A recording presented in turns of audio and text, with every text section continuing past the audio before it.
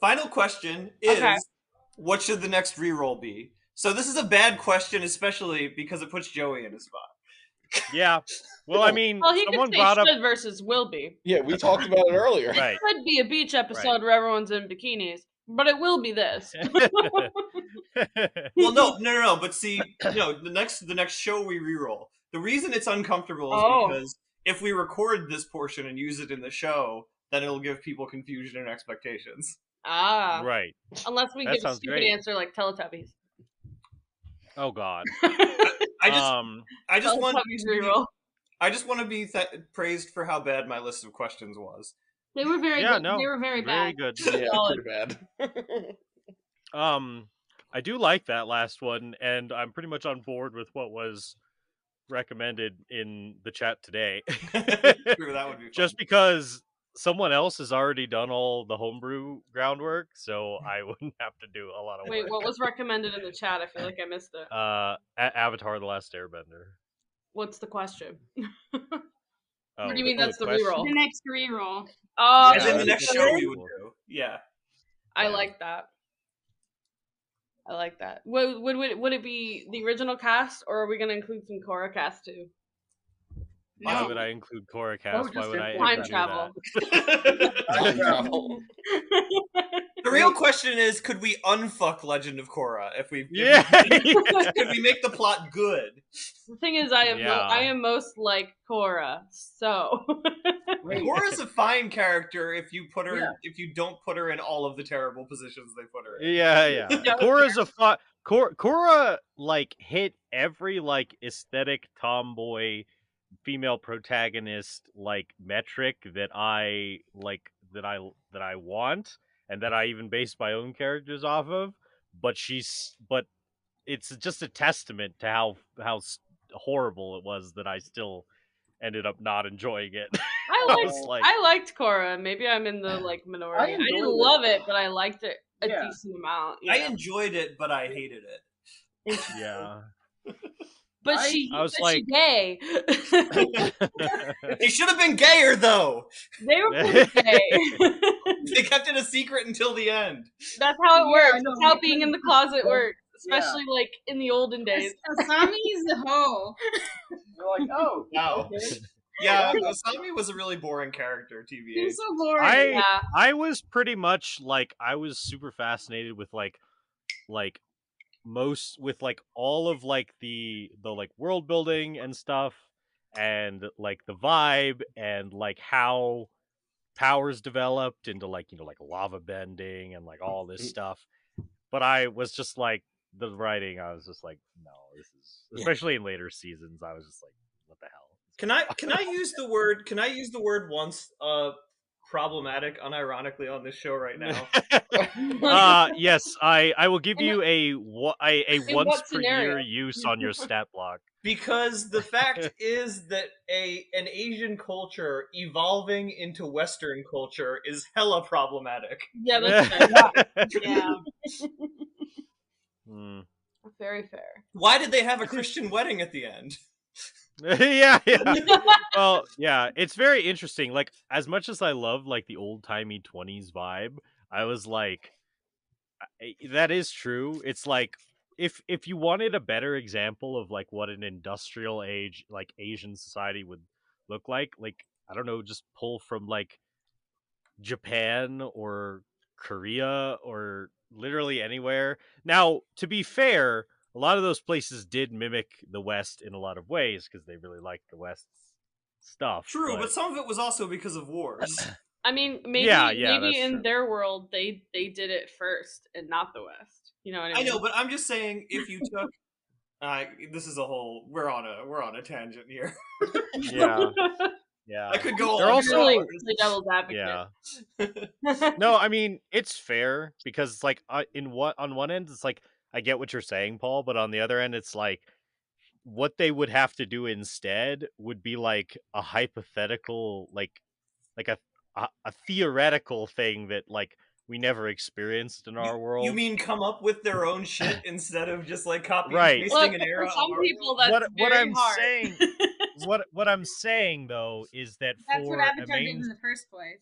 Well, maybe Yeah. not. It's Well, I guess it had but Asian Avatar pulled, influence. it pulled from all of like the older history of Asian influence that was its own thing for all of that time. But like, I don't know. I just feel like for a mainstream Nickelodeon show, like all that conception would just be like too heady. Like that's the kind of thing that would get striked at a on the drawing board. Like, Yeah. what are you talking about? But that's the Like, kind of intelligence that the Last Airbender actually Well, had. it's also Yeah, it's important yeah. to remember that the original Avatar: The Last Airbender was a masterpiece that like you can't expect other shows to live up to.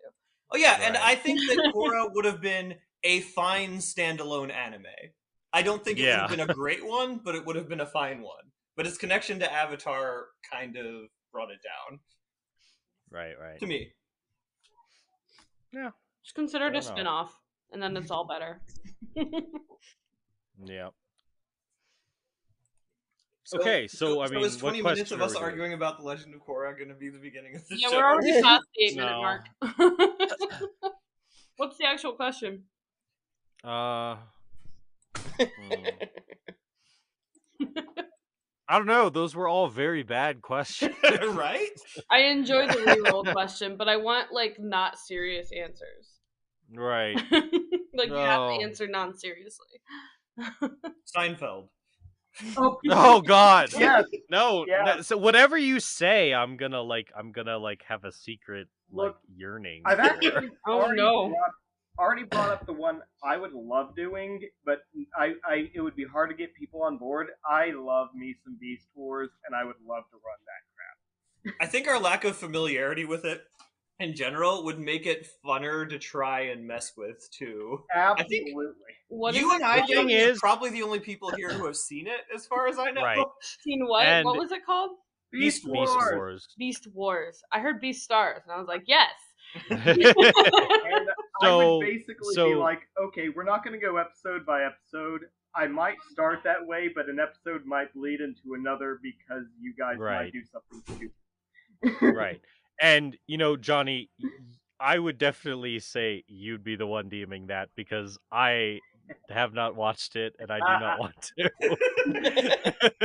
It's basically I don't know what it is. It's basically two sides that have bases on a few miles away from each other with a wilderness between the two, and they get into hijinks trying to kill each other. It's Wow. Animal Transformers for people who don't know. It's just Animal Yeah. Transformers. I see. Hmm. I think we should do King of the Hill. We've talked about that already. Yes. I think it would be fun. Now, Bob, King of the Hill. So both of the recommendations I thus looked far this have up and I'm been- upset. This is terrible. Is It's this very so old. both Oh my both of the God. ones thus far have been like both Beast Wars and King of the Hill are like, and essentially nothing happens enough for you to escape like the basic construction of like the scenes setting, like oh, they fight across a wasteland and that's all Okay, there is, I was or underselling it. King of the Hill, they stand around and drink beer and smoke cigarettes. Oh, so it's just like what we do before the podcast. Yeah, essentially.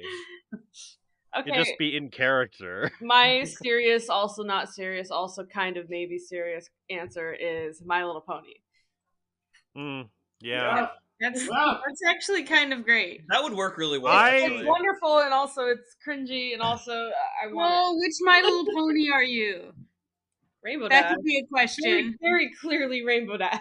Rainbow Dash is Always I would play I'm play Pinkie that Pie. if Paul DM'd it, and but I will not watch the show because I know if I watch it I will like it. I've heard that. You know how many men I've heard that from? So many.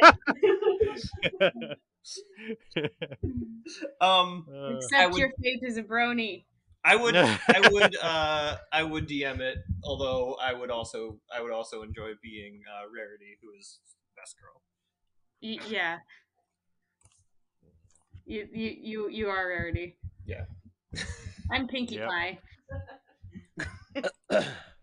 Yeah. What if we just do a Transgender podcast and it's just like live action role play of us all being the six ponies?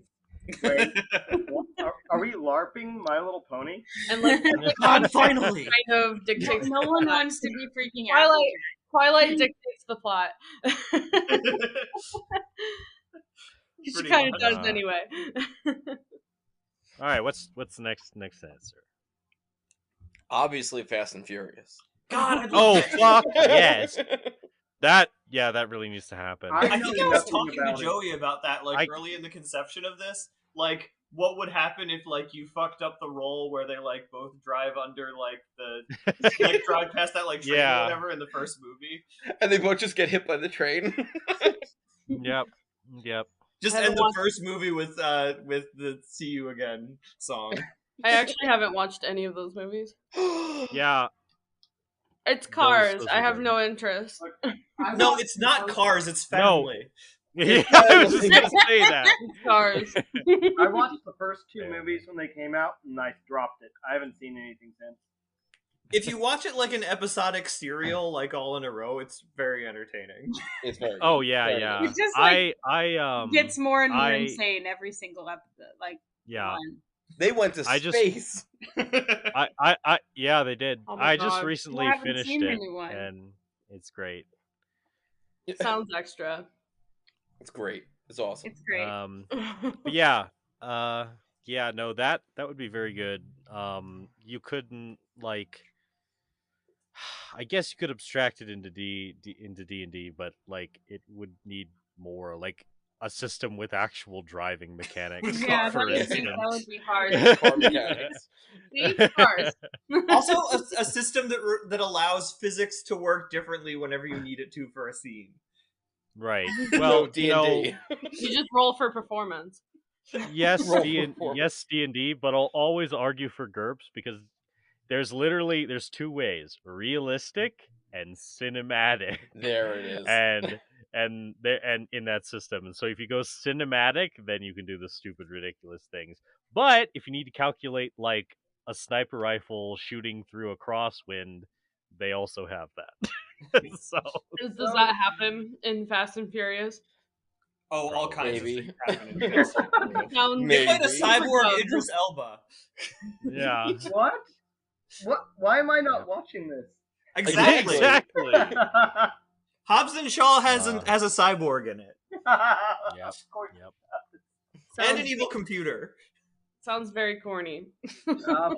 Hey, so I was gonna say, in honor of the new video game that came out, we could do Final Fantasy 1 and do it better than they did. Oh wow! Now we're doing video games. What what the fuck? Definitely Yeah. Problem Spyro. is that you're Spyro, role-playing for hands down. something that had zero role-play capacity because it was an NES game. But Johnny, what if I have an intense sexual urge to kill Chaos? Then do it. Sonic Just do it. X. It's a need, Yes, though. yes. Okay, Sonic Kristen. X. Yeah, that's your answer. Oh, okay. Yeah. No, that's actually- my legit answer. My Yeah. joke answer is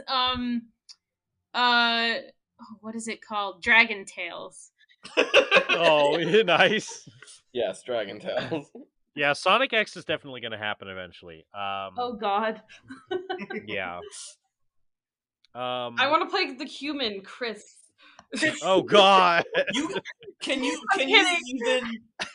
even manage to role play somebody that needy?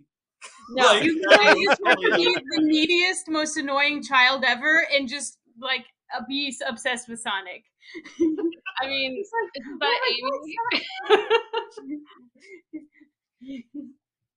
Wow. Gosh, who would I even? Sonic, where are you? You're my best friend. Sonic. Sounds like Amy. It sounds like Sonic. Where are you? Where are you? I love you. Oh, that is Amy too.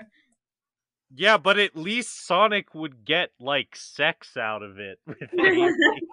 He wanted it. Kind of was implied that he didn't want her. No, that is a misread.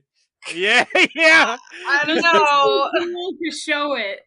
There are multiple episodes that imply that Sonic is into Amy, but he expresses things in a weird way. Yeah. I would need an in-depth So summary basically, through they- YouTube video. There are episodes. basically all the Sonic characters are just autistic.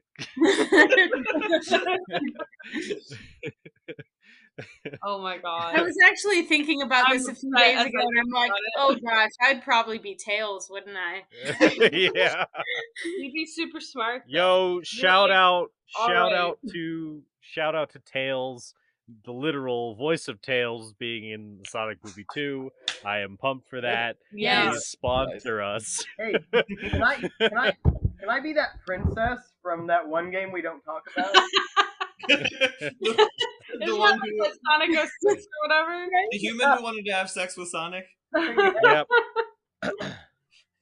Oh god. Welcome to our Sonic 06 re-roll. I both where all of want the and dice don't rolls, where all of the abilities and dice rolls and the whole game system is broken, and we have been battling Silver for the past 10 episodes. I both It's want no and don't want use. to be Shadow the Hedgehog. Oh, that'd be yeah, great. dude. Shadow's Shadow. the best. I Shadow figured is we'd all one be of- fighting over who gets to be Shadow. Yeah, no, seriously, because I was literally just going to say Shadow is one of those characters like Kid Flash in this show where if they become if they enter the plot, it's like I would really want someone else to play them, but I also want to play Yeah, that's exactly how I feel about Shadow. I want to be Knuckles. I probably would end up playing Tails. You know, Yeah. if Silver had more of a personality, I would want to be him. I like Silver. I love Silver- Silver, but like, He doesn't. what is He's, his Yeah. he's kind of personality? bland Like, personality-wise. if you had to describe Yeah. Silver's personality, how would you describe it? Because there's not Well, much to say. So dopey in the guy. games, in the games, yes, but in like the comics and stuff, like the way they've expanded on his character is actually really wholesome. Really? He's like a really sweet guy, and he's like just very nice, and like it's very Aw. funny. I think that what you need to know about Silver's personality is that every night he will save your life, and every night. And all you need to know about Shadow the Hedgehog is that his pronouns are "I am all of me." Stop! I want to listen to the song. I love that the theme music that plays in the good endings of Shadow the Hedgehog is All Hail Shadow. So like the most positive we can get his character to is like egotism. Yeah. Yeah. The Mike cringiest Now, time. now I'm thinking of Infinite and his bomb ass. I want to be Infinite. Infinite's theme song is so good. It's good. There you have it. We're gonna do Sonic X, but with Silver and Infinite and that princess who probably And Shadow. Somebody's gonna be Shadow. And Tails. No, Tails we can leave out. Oh, poor Tails. No. No, Tails I is great. love Tails. I wouldn't want to play Tails because I'm not smart, but I love Tails. Well, I Not mean, it's techie. like smart, like the way Tails is smart is like, It's like an architect. oh, I'm an 8-year-old, but look, I built this plane. This freaking jet. It's like you don't have to act smart. You don't have to act smart. You just have to like hand wave the fact that you have like an over 350 IQ. It's like, Fair. Didn't You he just build build the shit. spaceship? How did they get into space? Who built the I spaceship? don't know. Probably. Just like in Teen Titans, I think he took an airplane and just like put some stuff. Yeah. Yep. Yeah. This 8-year-old. So my answer, because we gotta actually do the question. right, yeah. Not just talk about Sonic X plot for like forever. This is the podcast. So my answer, so we were talking about it before. I don't know if we'll put it in, but I would really like to, and see, I don't have a joke answer. Like I can only really like express my serious answers, but Avatar: The Last Airbender I would love. There's already a homebrew D&D system that encapsulates it really well, so it'd be pretty simple for me. And another one that I really want to do is, and there's a few other things like this that I want to do, where they have books, and I want to do it based on the books before like the movies or the show, you know? And the main one for that is the Percy Jackson series. Oh. I really want to do that. I would not want to do it in D&D. I would want to do it in a more robust system. Wait, hold up. What if it was the D&D universe and we're playing D&D gods? No? No. Okay. No. No. Bad opinions. That's a I fun am crossover Weejoss. idea. I am the daughter of Weejoss. I don't care. Fight me. I would need to read the rest of the series. I don't know anything Yeah. about it. I don't read books. Well- They're for nerds. Says the writer. Just because we write I mean- doesn't mean we read. I mean, to be honest, I was talking to a friend who is a poet, and we were in Barnes and Noble, and he was like, just to tell the story really quick, and he was like, and I was like, oh, you know, what poems do you like? Like, do you draw inspiration from? And he kind of like looked around and was like, honestly, I think they're all garbage. And he's a very good poet, but he's like, Valid. nah, I only like my own poem. That's a mood, though. That was my mood in college. I feel it. But anyway, I would really want to do Percy Jackson because a lot of it is like, go on this quest. Like 3 of you go on this quest, and you need to literally like travel across the continental United States or something. And the kind of shit and the variance, like I would literally pull out a road map and be like, all right, guys, so what's your route to California? And be like, and just build encounters on the go as you're like, we're gonna go through Nebraska. And be like, well, there's not a lot there, but this happened. The Nebraska arc, episode 7. Yeah, just imagining like a kid without his license like stealing a van and like going cross country is like very much the kind of game I want to run. I do have one more answer, and I would absolutely run this, and it is the 2003 anime masterpiece Fighting Foodons. Nice. I really would. I would run the shit out of that. I'll be Python. What about just like an anime reroll where it's all original plot, but we're anime characters? Oh, what? Like build an original like actual game like Maybe everyone we're else like does? either A, stereotypical anime characters, or we're B, actual official anime characters that you just put into a random world. Darian, how could we play original characters? We wouldn't then have the constant struggle of trying to figure out how to be faithful to the original and also role play with honesty. So hard. It doesn't have to be honest. I'm totally going with Kaz from Neo Yokio, and I don't know anything about yes! Okay. Yeah, so I think with all that, we should start this episode of Teen Titans Roll. Yeah!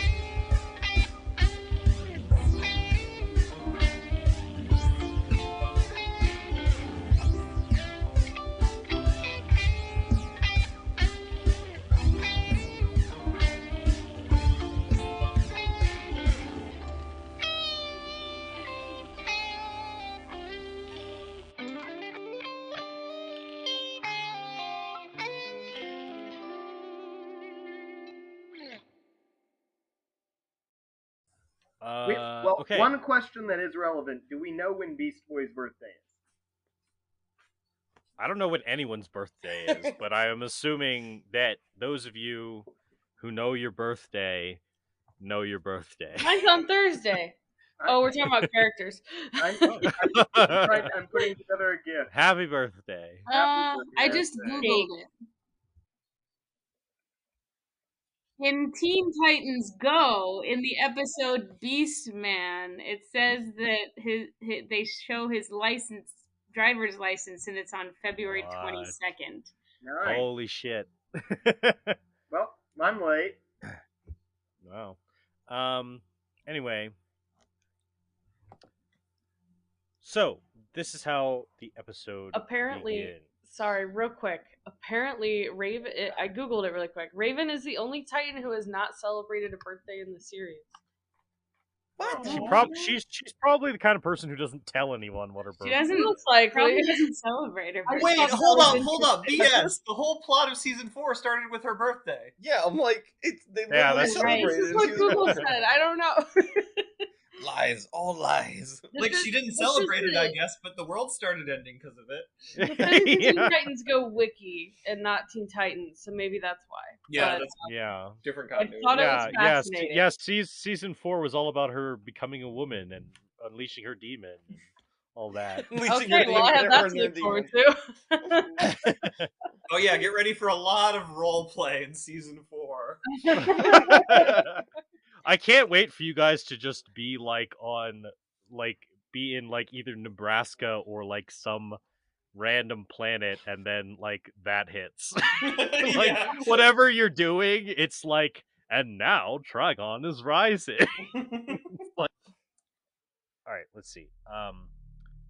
So the scene opens with this. Raven, you are meditating. You are repeating your mantra, and you are floating in a void of stars as you repeat your mantra over and over again, peacefully. Until the world around you starts to tear and rip apart, and your focus dissipates as you hear Starfire's voice calling to you, breaking your immersion and pulling you back to the main world. You are sitting in the communal area. Friend Raven! Raven! What? Raven! What am I telling her? I don't know. You don't. Okay, so Starfire, you don't know where everyone else is, and you have just found Raven meditating in the like the living area. And that's the first person you've seen today. Friend Raven, do you wish to end your nap and go on the shopping with me? I wasn't napping. Were you in some form of paralysis?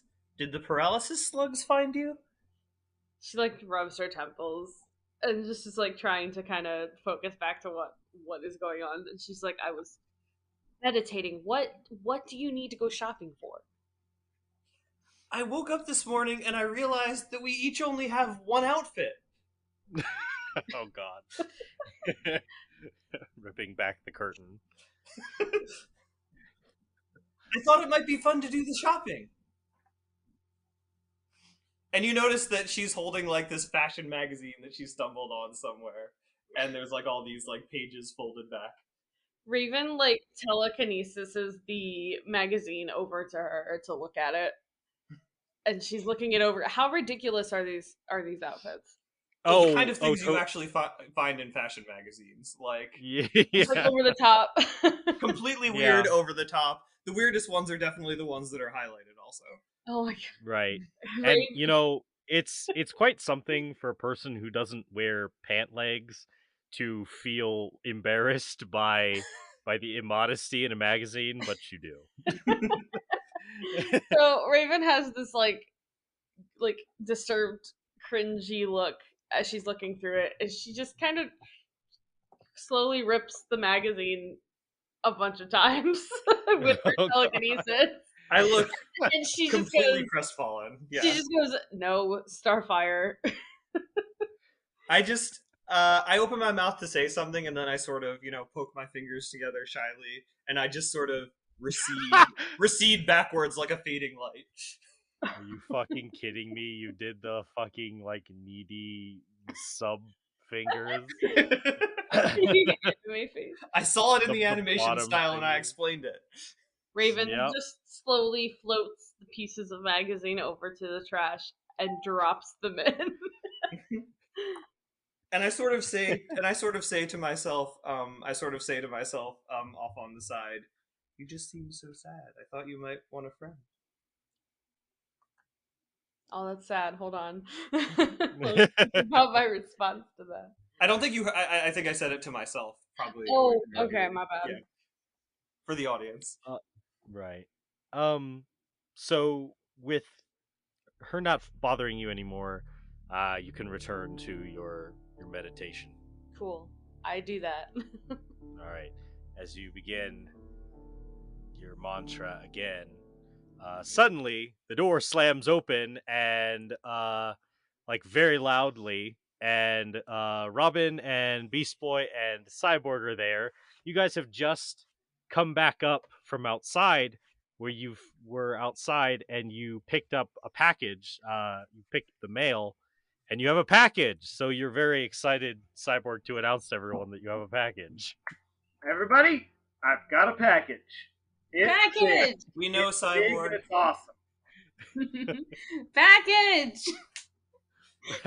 and then Everybody Shut gather the around my fuck up package. about your Let's get this baby open. oh god. And then it was like, shut the fuck up about your sack times 2.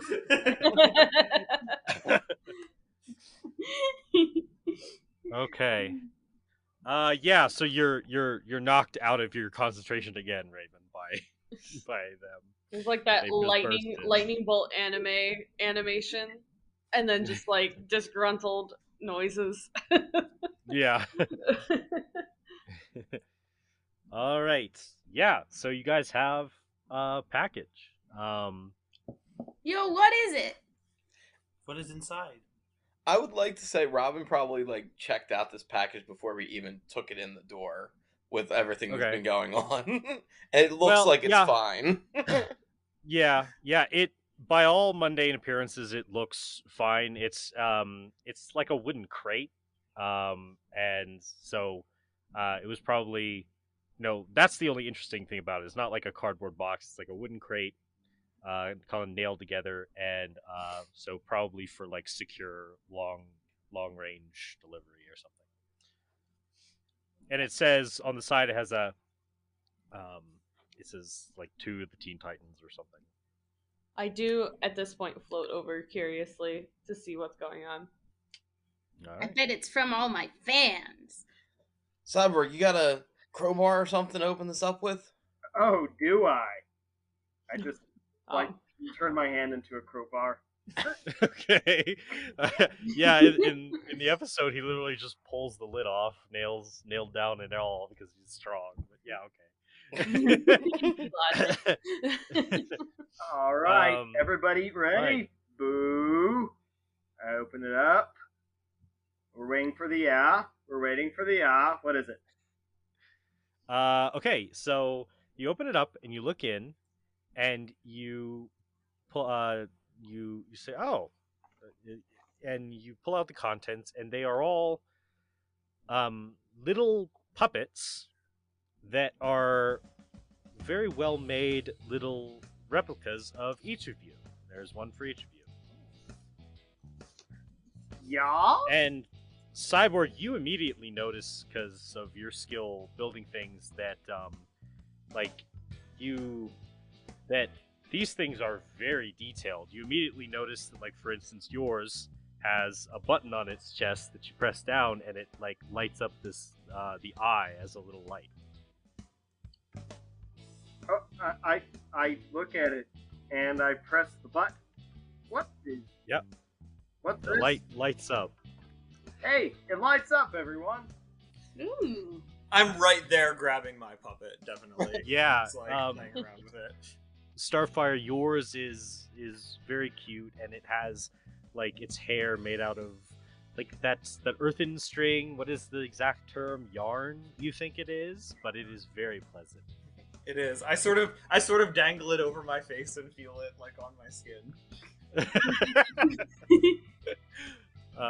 Yeah, I mean, do the rest of you look at your puppets? Yeah, I'm gonna like grab it. mine out and like really look it over.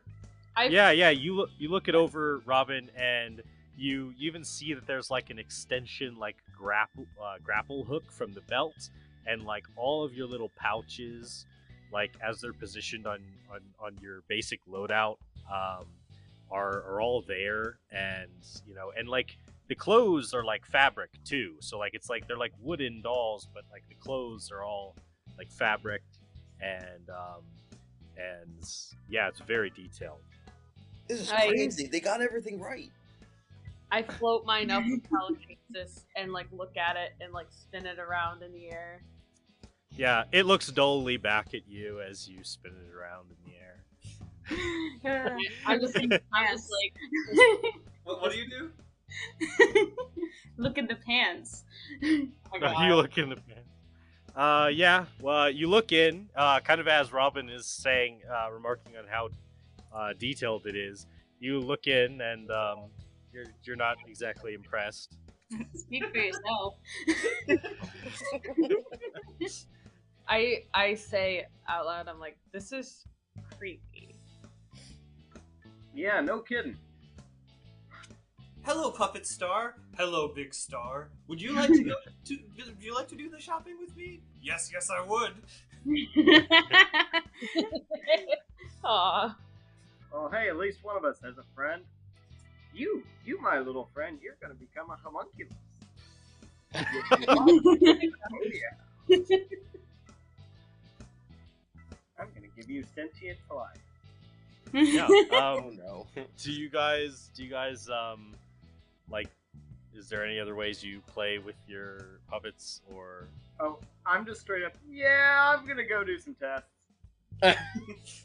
Okay. I set mine down back in the box. All right.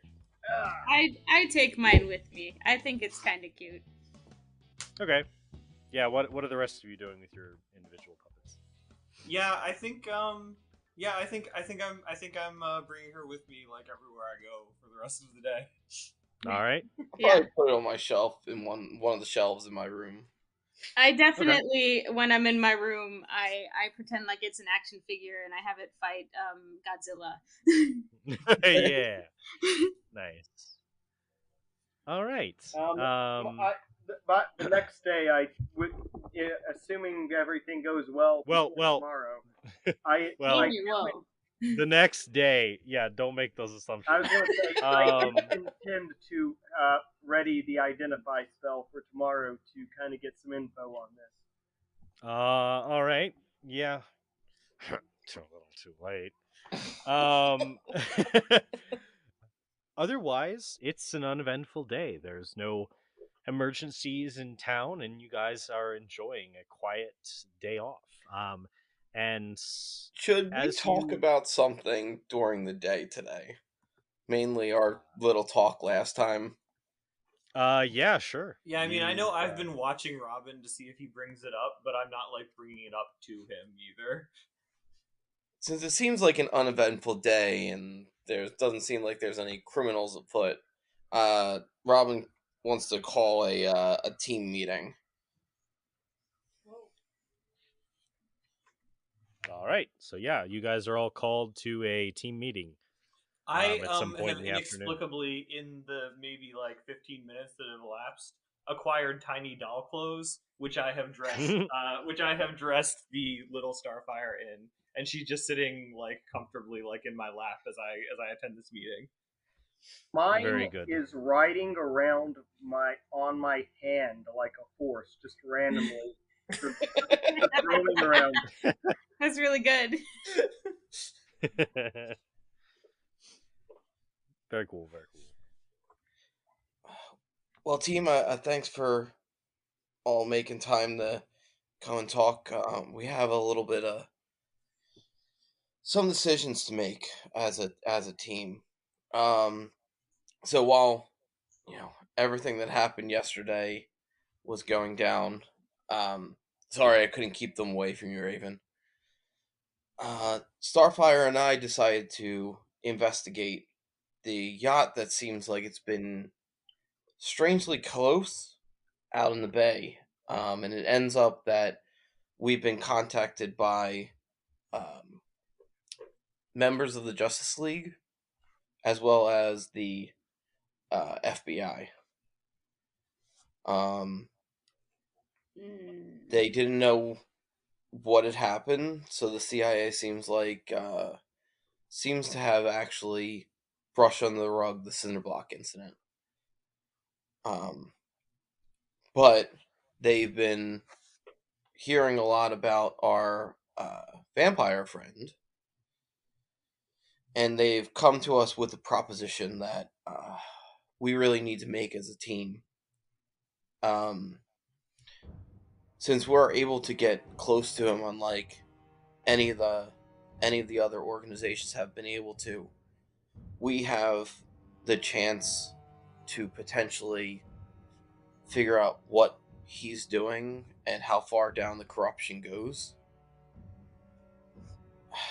However, it would involve taking him up on his offer.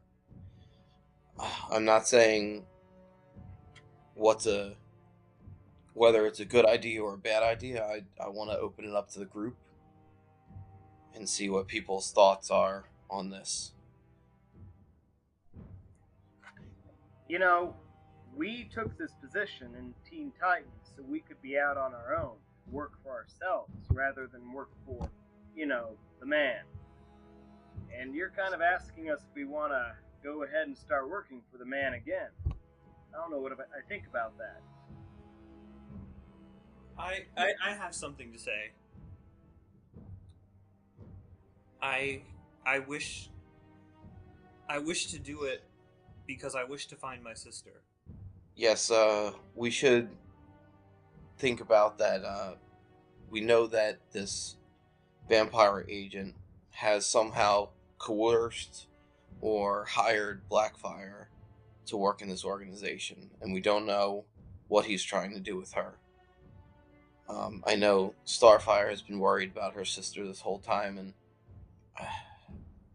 as callously as it sounds, she is a criminal, but she is also Starfire's sister, so I don't think we should just let her go down this corrupt path without us trying to at least make sure she's okay.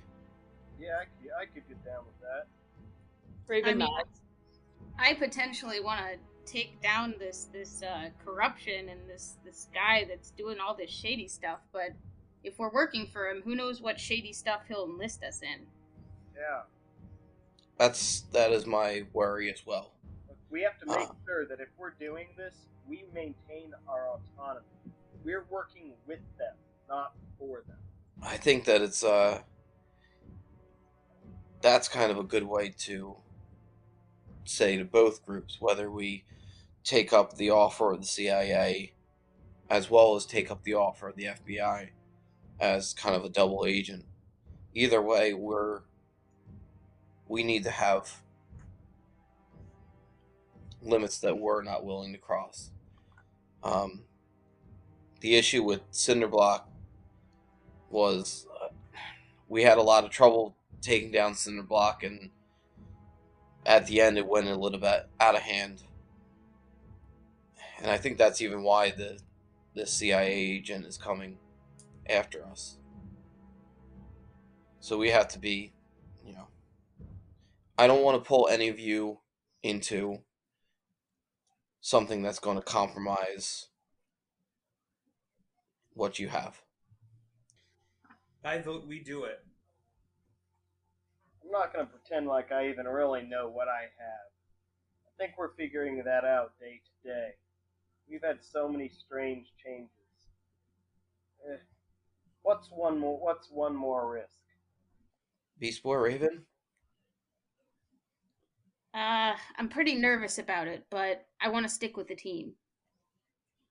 Yeah, we're a team and we should stick together. Teen Titans versus the government. Teen Titans, fuck the government. Well, then, as soon as we get in contact with our contacts in the FBI and the Justice League, we'll bring our decision to them, I guess. Ooh, one question. What Justice League members? Elastic Man, I believe. Oh. It's Plastic Man, but I'll let that just stay as Oh, me no. remembering. Oh. Both of them went through my head, and I'm like, darn it all, which one's which? It's perfect. That is actually Basically the same thing. extremely funny, though. I want that to be canon. Listen, nobody knows what his actual name is. He's one of the off-kilter ones, you know? Can we get like a red tornado or? I think we're kind of stuck with what we have, unfortunately.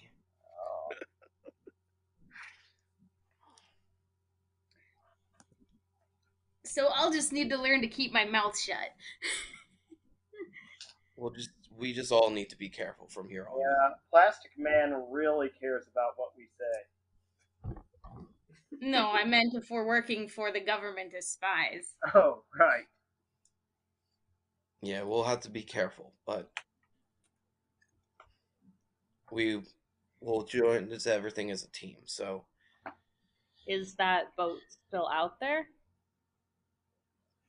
kind of peek out the window, see if it's still out there. Joey. You do not see it. Or Not Or- currently. So, I'm working on a new turret on top of Titan's Tower.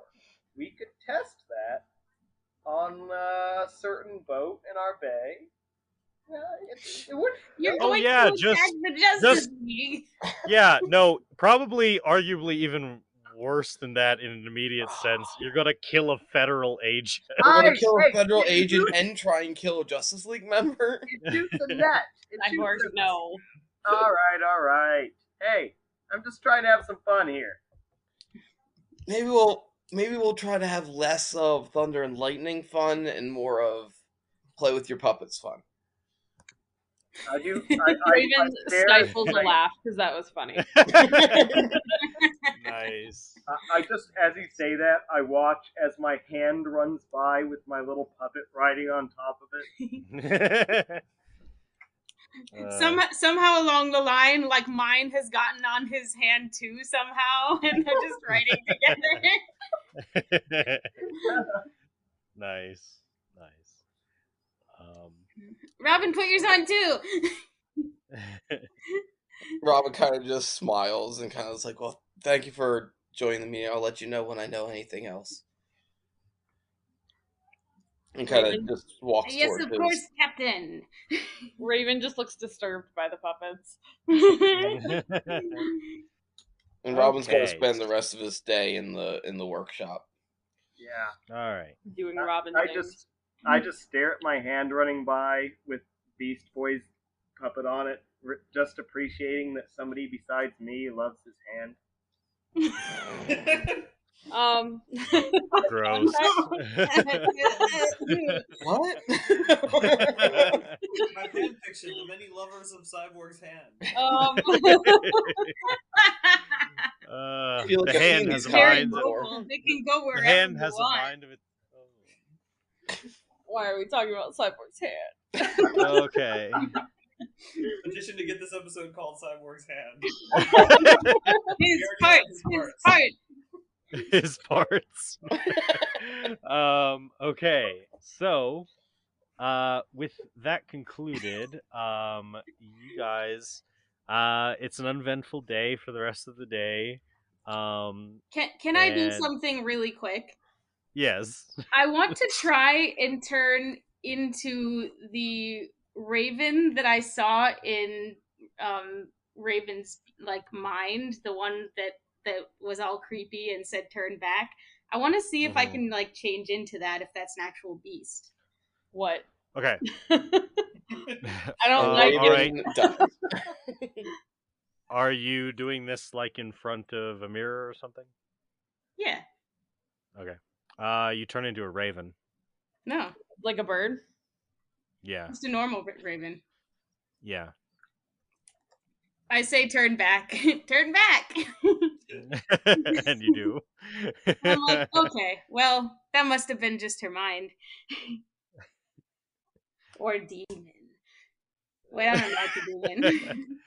You'll never know. I never know. I don't know what that was. Alright, that's it. All right. So if I understand correctly, Cyborg, Robin, Beast Boy, and Starfire you are all keeping your puppets close and probably bringing them into your room. Mm-hmm. Except for Raven. Yep. Yeah. All right. I don't think. I will say. I don't think I'm sleeping really. Okay. I think I'm kind of restless, and I'm just sort of just hanging out with my puppet. All right. Yeah, for most of the night you are kind of restless. You find you have this round bed, and sometimes you lay on it upside down when you are more restless. Eventually, though, as the hours wane on, you do feel yourself start to get a little drowsy. And so You just made a character decision for me. I did. Okay. Okay, argument. Can I make an argument? Okay, well, can I make an offer here? You Yeah, can sure. stay up, but you will gain a point of exhaustion probably. From one night? Well, not yet. Probably as of the morning, but you can stay up at the night. But come morning, you'll be tired. I just think that with everything going on and with it kind of being undecided whether we're how this government implementation thing for saving my sister is happening, that I might be a little bit restless. All right. Yep. Fair. Okay. All right. You're staying up. You're pretty much. You might close your eyes every once in a while, but you are restless, Starfire, and you are lying on your bed with your puppet, kind of mimicking you. It kind of also lies on the bed, and you are just kind of lying there, just trying to be restful as much as you can, but you have a lot of nervous energy. Go ahead and give me a perception check. All right. Oof. That's 7. All right. As you are lying there, you are lying there, and it takes a while, but eventually you notice that your door is open, and as you kind of sit up to look at it, you barely out of you think you see like a shadow shift, but you're not sure who or what it is, and your door closes because it's kind of like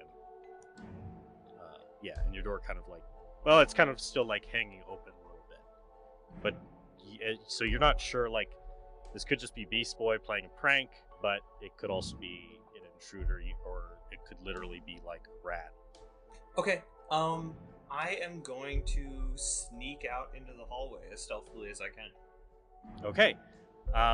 As you move out into the hallway, looking around, we will jump very quickly to okay, Beast Boy. What is your passive perception? Let's see. I'd calculate that by... It's usually 10 plus whatever your perception bonus. That would be 11. Okay. Go ahead and roll perception at disadvantage. Okay, 13. Okay. All right. You are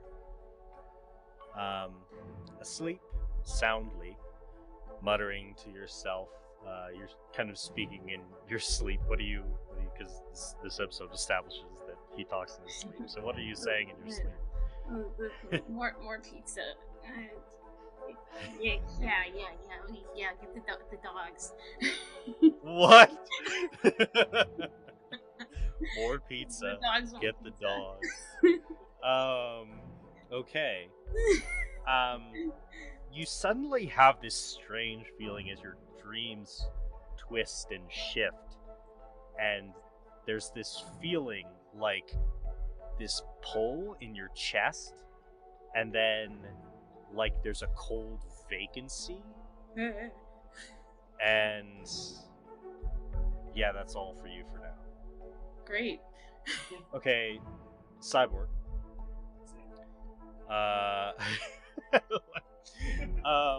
Okay. So Cyborg, you're in your room. You're in your sleep mode. Your biological parts do need actual rest, and it's better psychologically for you to follow circadian rhythms. So you're not like a full-fledged warforged in that sense. So you are in like powered down, or not fully powered down, but like standby mode. And what is your passive perception? Passive perception would be not the strongest. So 12. Huh. Well, this is fascinating. So, all right, go ahead and roll a perception check with a disadvantage. Oh, nice. That's an 8. That is an 8. Okay. You start to hear, you start to muster as you hear some noises, and you hear, be careful, PK! And then you hear someone else go, shh, you fool. And then suddenly your systems, like, your firewall systems peak for a moment, and then there's all these strange warnings, My alarm. and then you feel this, and then you Go ahead. well, I mean, do you Oh no, I was assuming that's what you were referring to. Sorry, go ahead. No, I'm talking about like your internal like cognition, like the machine part of your brain starts getting weird like cognitive readings from the biological portion of your brain, and then you feel this weird like sucking, like pulling, and then you feel this cold vacancy. Oh. And that's all for you. Well, okay. All right, Robin, what's your passive perception? My passive perception's a 21. Okay. Jesus. My passive investigation is 25. Right. Whoa. I'm very observant, guys, you know. He's the boy detective. Okay. Well, thankfully, Pass Without Trace is an amazing spell. Dang it! Go ahead and roll perception at disadvantage. At the 10. Thanks, sleeping. You are dreaming, and suddenly in your dream, you feel this strange sensation, and suddenly you hear the voice of your master, and he says, "Should have listened in meditation training." And then you feel this pulling sensation, and then this cold vacancy. And that's it for you. Dang it! And Raven, your bonus to We're all going to die. yeah, so Raven, your bonus to passive perception, it's literally your wisdom modifier plus your proficiency. So at this point, that should be 23. yeah, 23.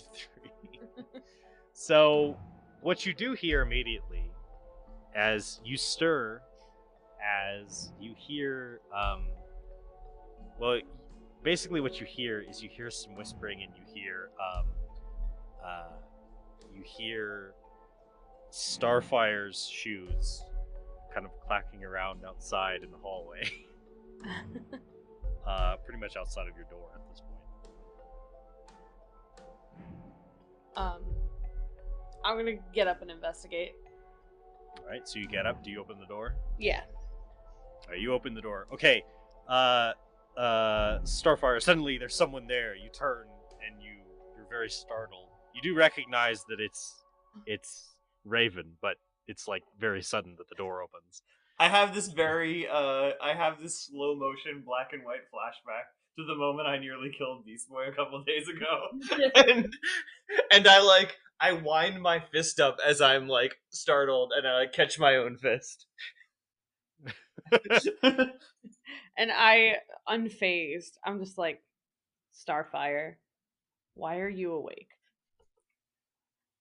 I could not sleep, and was it you I heard wandering the halls, friend Raven? No, and I rub my eye, and I'm like, I was sleeping. I think somebody was out here. Okay, so Cyborg. Yeah. Go ahead and you're in the hallway. Go ahead and make an attack roll against either of the two. Oh, jeez. Okay, I want you to know that this is enhanced by the fact that I currently have my Boots of Elvenkind equipped, which makes wow. me dead silent jeez. of step. Oh God. All right. Yeah. Also, my other items are my homunculus servant and my eyes of charming. So Okay. yeah, just throwing that out there. Cool. Okay. Jeez. I decided to go stealth cyborg random. Oh no. Yeah. It's So essentially, the three of you guys, you get a surprise round as the two of them are not expecting. all right. So I'm punching, like just a melee attack. That's what I'm doing. Yeah. Whatever you would like to do, or whether a ranged attack as you run from down the hall. It's so I'm keeping the combat sense of it entirely in y'all's agency because that's more interesting. Do keep in mind that while you all have full control over your capabilities, you are your bodies essentially right now are mindless, like puppets. All right. So I see the two of them up there, Raven and Starfire, Yeah. and they are both conscious and talking to each other. Yeah. All right. Well. Yeah, and you don't speak.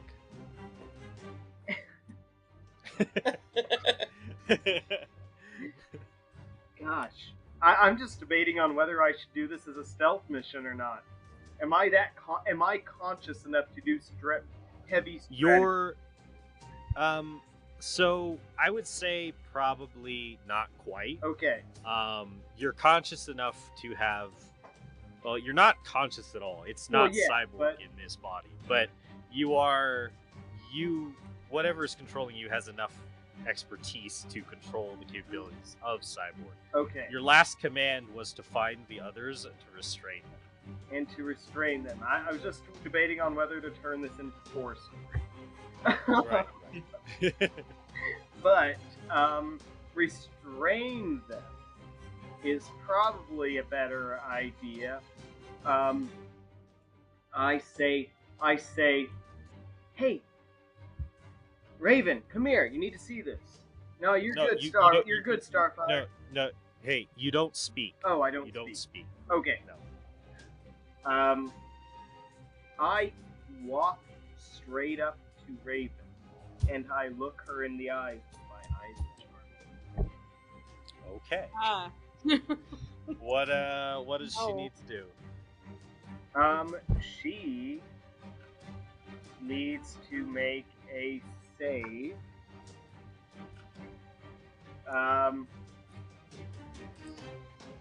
Yeah, she needs to make a save, and I think it's the item save, so it's probably just 13. Okay. What kind of save is it? It is as the charm person spell, so I'm thinking it is a. So it's probably wisdom. Yeah. Yeah, that'll probably be easy for you. Yeah, I should have chosen Starfire. Do I add proficiency to that? Yes, you do add proficiency to that. 30. Holy gosh! So Cyborg walks up to you guys in the hallway, and as you look at him, he says nothing. He turns and looks at you, and that's when you notice that his human eye has this strange turquoise, like dull bluish light, and there's this flash in it, and you immediately like feel this pull, but you just like on reflex, you just resist it. Okay. And Do you I resist this recognize charming- that? Did he just try to Well, turn me? You will, yes, but On my turn, yeah. technically, the other two get an opportunity to attack before you guys. That's fair. Okay, so Robin and Beast Boy, Oh, what no. are you guys? Question. My bola, does that Yeah. count? So it says make a ranged attack. Is that the same kind of ranged attacks my discs have that I can't combine it No. with? So it's like the Birdarang, yeah. where I can combine it with a hit, with a punch. Yes, you can throw a bola and then run up and punch someone. Yes. Okay. Then I'm gonna make a bolo attack against Starfire. Okay. What in the world is a bolo? A bola, sorry. Listen, just let it go. No, like what? No, seriously, what is that? So I don't know a bola is like it's like it's a string with two like balls all Like attached. Oh, to it's the it. stringing balls. Okay, Yeah. gotcha. Yeah, it's a stringing Yeah. balls. Yeah. It's like a weighted thing that they throw to like entangle people's It legs. like spits, like twists around and. The bondage stringing balls. Yeah. Yeah, the stringing ball. Well, yeah, it like catches like wild boars and stuff. Wild That's a Starfire. 25. To hit. 25 to hit you. Is that to AC? Yes. Yeah. Oh yeah, that hits me. Okay, so you are currently restrained. You can make, as an action, make a DC 13 strength check to free yourself. I mean, okay, that's a whole action though. I can do a movement. Yes. Well, it's not my turn yet, right? Yeah. Yes, but I'm going to, as soon as it wraps around her, I'm like right next to her, throwing a punch. All right. Oh, that's a good idea. Just beat her down while she's trapped. Do I get advantage on this No. since she's restrained? Yeah. Oh, since she's restrained, yes, technically. Oh well, that's a 24 and a 23. Both of those do All hit. right. So I'm going to also throw in a stunning strike. Okay. Jeez. So that's 11 damage, All right. That's fine. and I need a Constitution saving throw from you. Okay. I feel like it might not work, but if I get lucky, Yeah. 17. that saves. Then I'm going to. Okay, so we're supposed to restrain them. Yes. So okay, I'm gonna go in with a flurry of blows then. How many moves do you get? I'm a monk. He used Okay. action and I he get used all flurry. of them. So that's Oh, so you get two more because you have extra attacks. So you Yeah. attack, and then flurry of blows. You can attack unarmed 2 more times. so that's a 24 for one attack and a 15 for the second attack. The 24 hits. Yeah, and the second one was a 1 too. So. Well, that's on Um, advantage on that one. Oh, gotcha. So I'm going to give you. That's going to be 13 plus 3. 13. 3 plus 5 damage, so that's 8 damage, and then I need another Constitution saving throw. Each of those individually are half. Oh, right. Was the 11 halved? He did 11 before, right? So that was... Yeah, that should have been as well. So Should have 5 been and then 4. So that... Okay. and then like 1, I think it'd be. Question. Is it because it's bludgeoning damage? Yeah.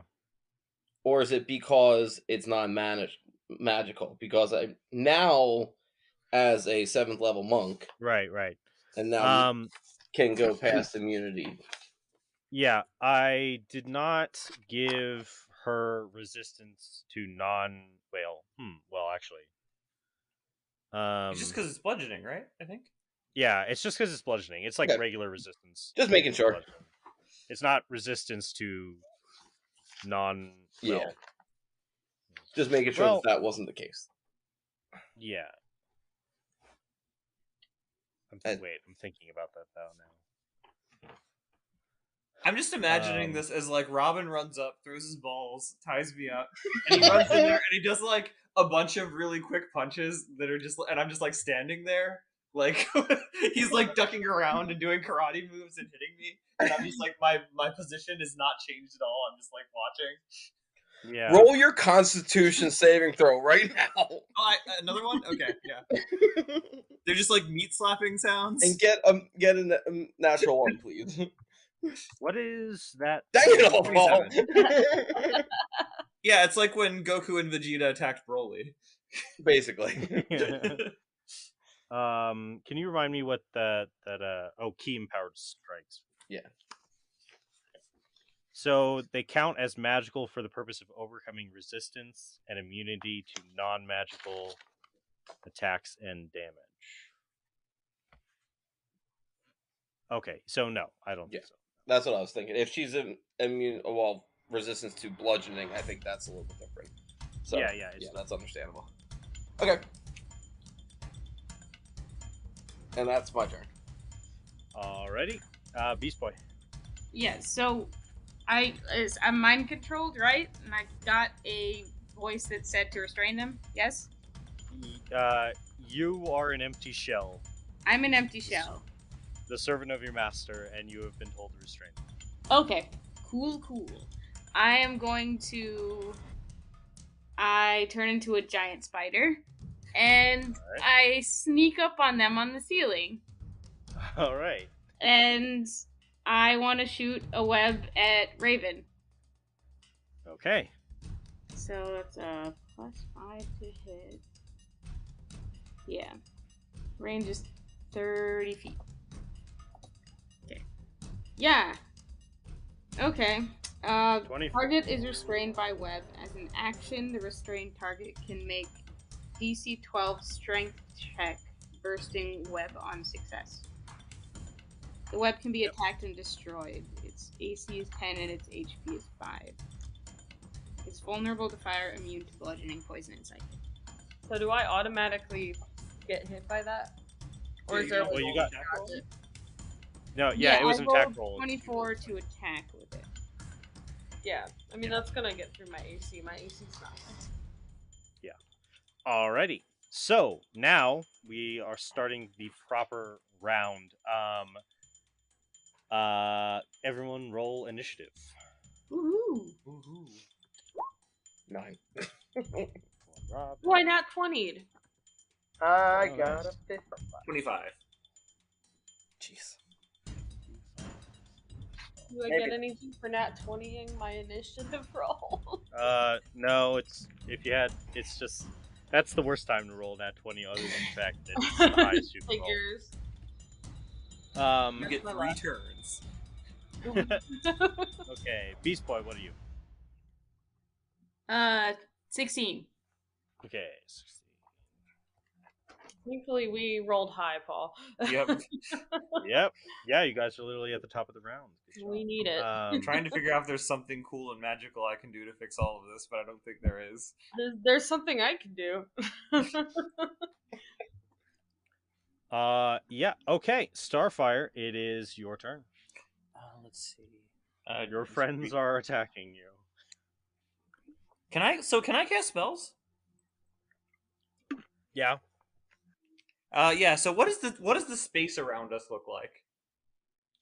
Cyborg is standing there. So you were standing in the hall, and Raven just exited her room, and Cyborg walked up to her. So he's standing in front of her, and Robin is right in front of you. He just like swatted at you a couple times.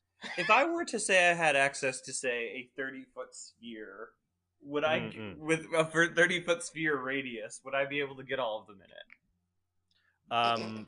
very likely you would probably also get God, you're just gonna kill everyone. You would probably also get Beast. So Beast Boy, you said you went on the ceiling. I'm How on the far away? ceiling, 30 feet away. Okay. Wait, that With actually my does little do damage, so I might spider not do eyes watching. that. Do it. Yeah, Do I it. misread the spell. I don't think I would cast it since it does damage. Do it.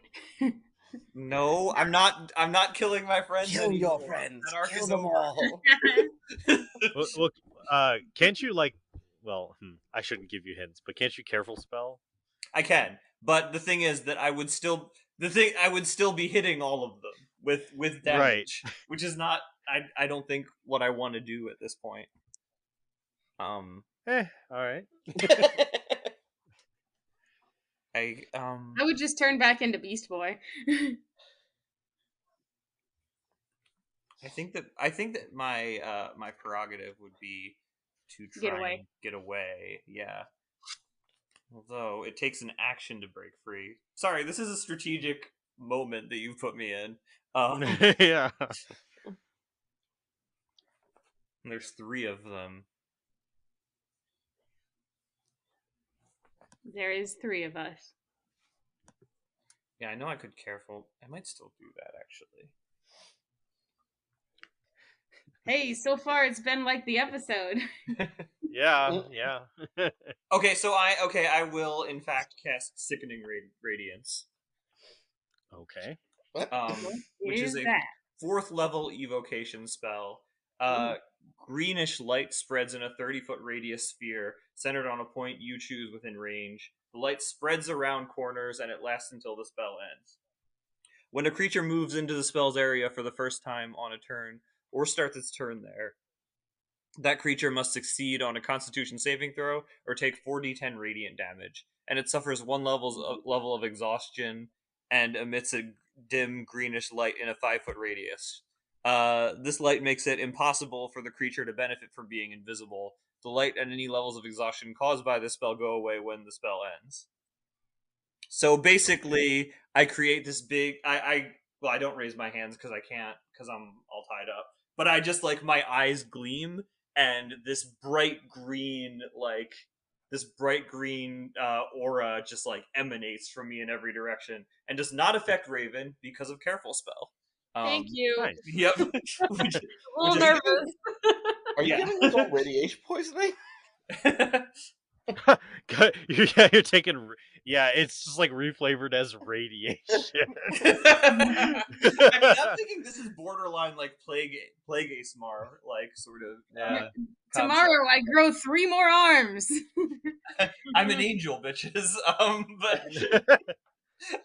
Yeah, I just because I don't have a full grasp of what in the world is happening right now, and I say, you are not yourselves. Step away, and I cast the spell. So Starfire sort of like farts and Wow, thank you for walking all over my genetic. No, I'm just kidding. Okay. Is that all for your turn? Yeah. How much damage? Well, yeah, well, when you start your turn there or move into it, it will do 4d10 radiant if you fail a Constitution save. Okay. All right, Raven, it is your turn. Okay. You are in webs. I am going to cast Cause Fear at the 3rd level and target every single one of them. Okay. Except for Cool. Starfire. All right. How is this gonna work? Since we're like enthralled, or whatever. You would still experience your body would still have a cognitive experience of a flight response. We'll go with that. That's good. Yeah. But so everybody gets to roll, I think, for like a saving throw. Oh, is it all 3 of us because it's a higher level? Yep. Ooh. Ooh. Oh, and as I say this, or after I cast the spell, I tell Starfire, like we're both what do you call it, bound, right? Are we both bound? Yes. Mm. Okay. Yeah, I'm in the balls and you're in spiderweb. Okay. Well, I Yeah. still tell her to stay near me, as I, struggle to get out of the web. Okay. But I do cast fear. What do I roll? Wisdom. Wisdom. I think you Wisdom just save. see me. Strong suit of mine. I That's a think six. the only one who could save is Robin, technically. Just see Robin me rolled do a a 21. silent scream. Wisdom. Let's see. Why am I proficient in saving throws of wisdom? Oh, I guess because that's my spell Because modifier. you're a druid, technically. Okay, that's cool. Let's see. 12. Okay.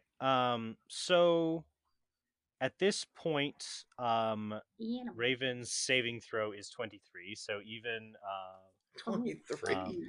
yep. Sorry. So Jeez. yeah, everyone fails. Be afraid. Stay away from us. Yeah, technically, I think.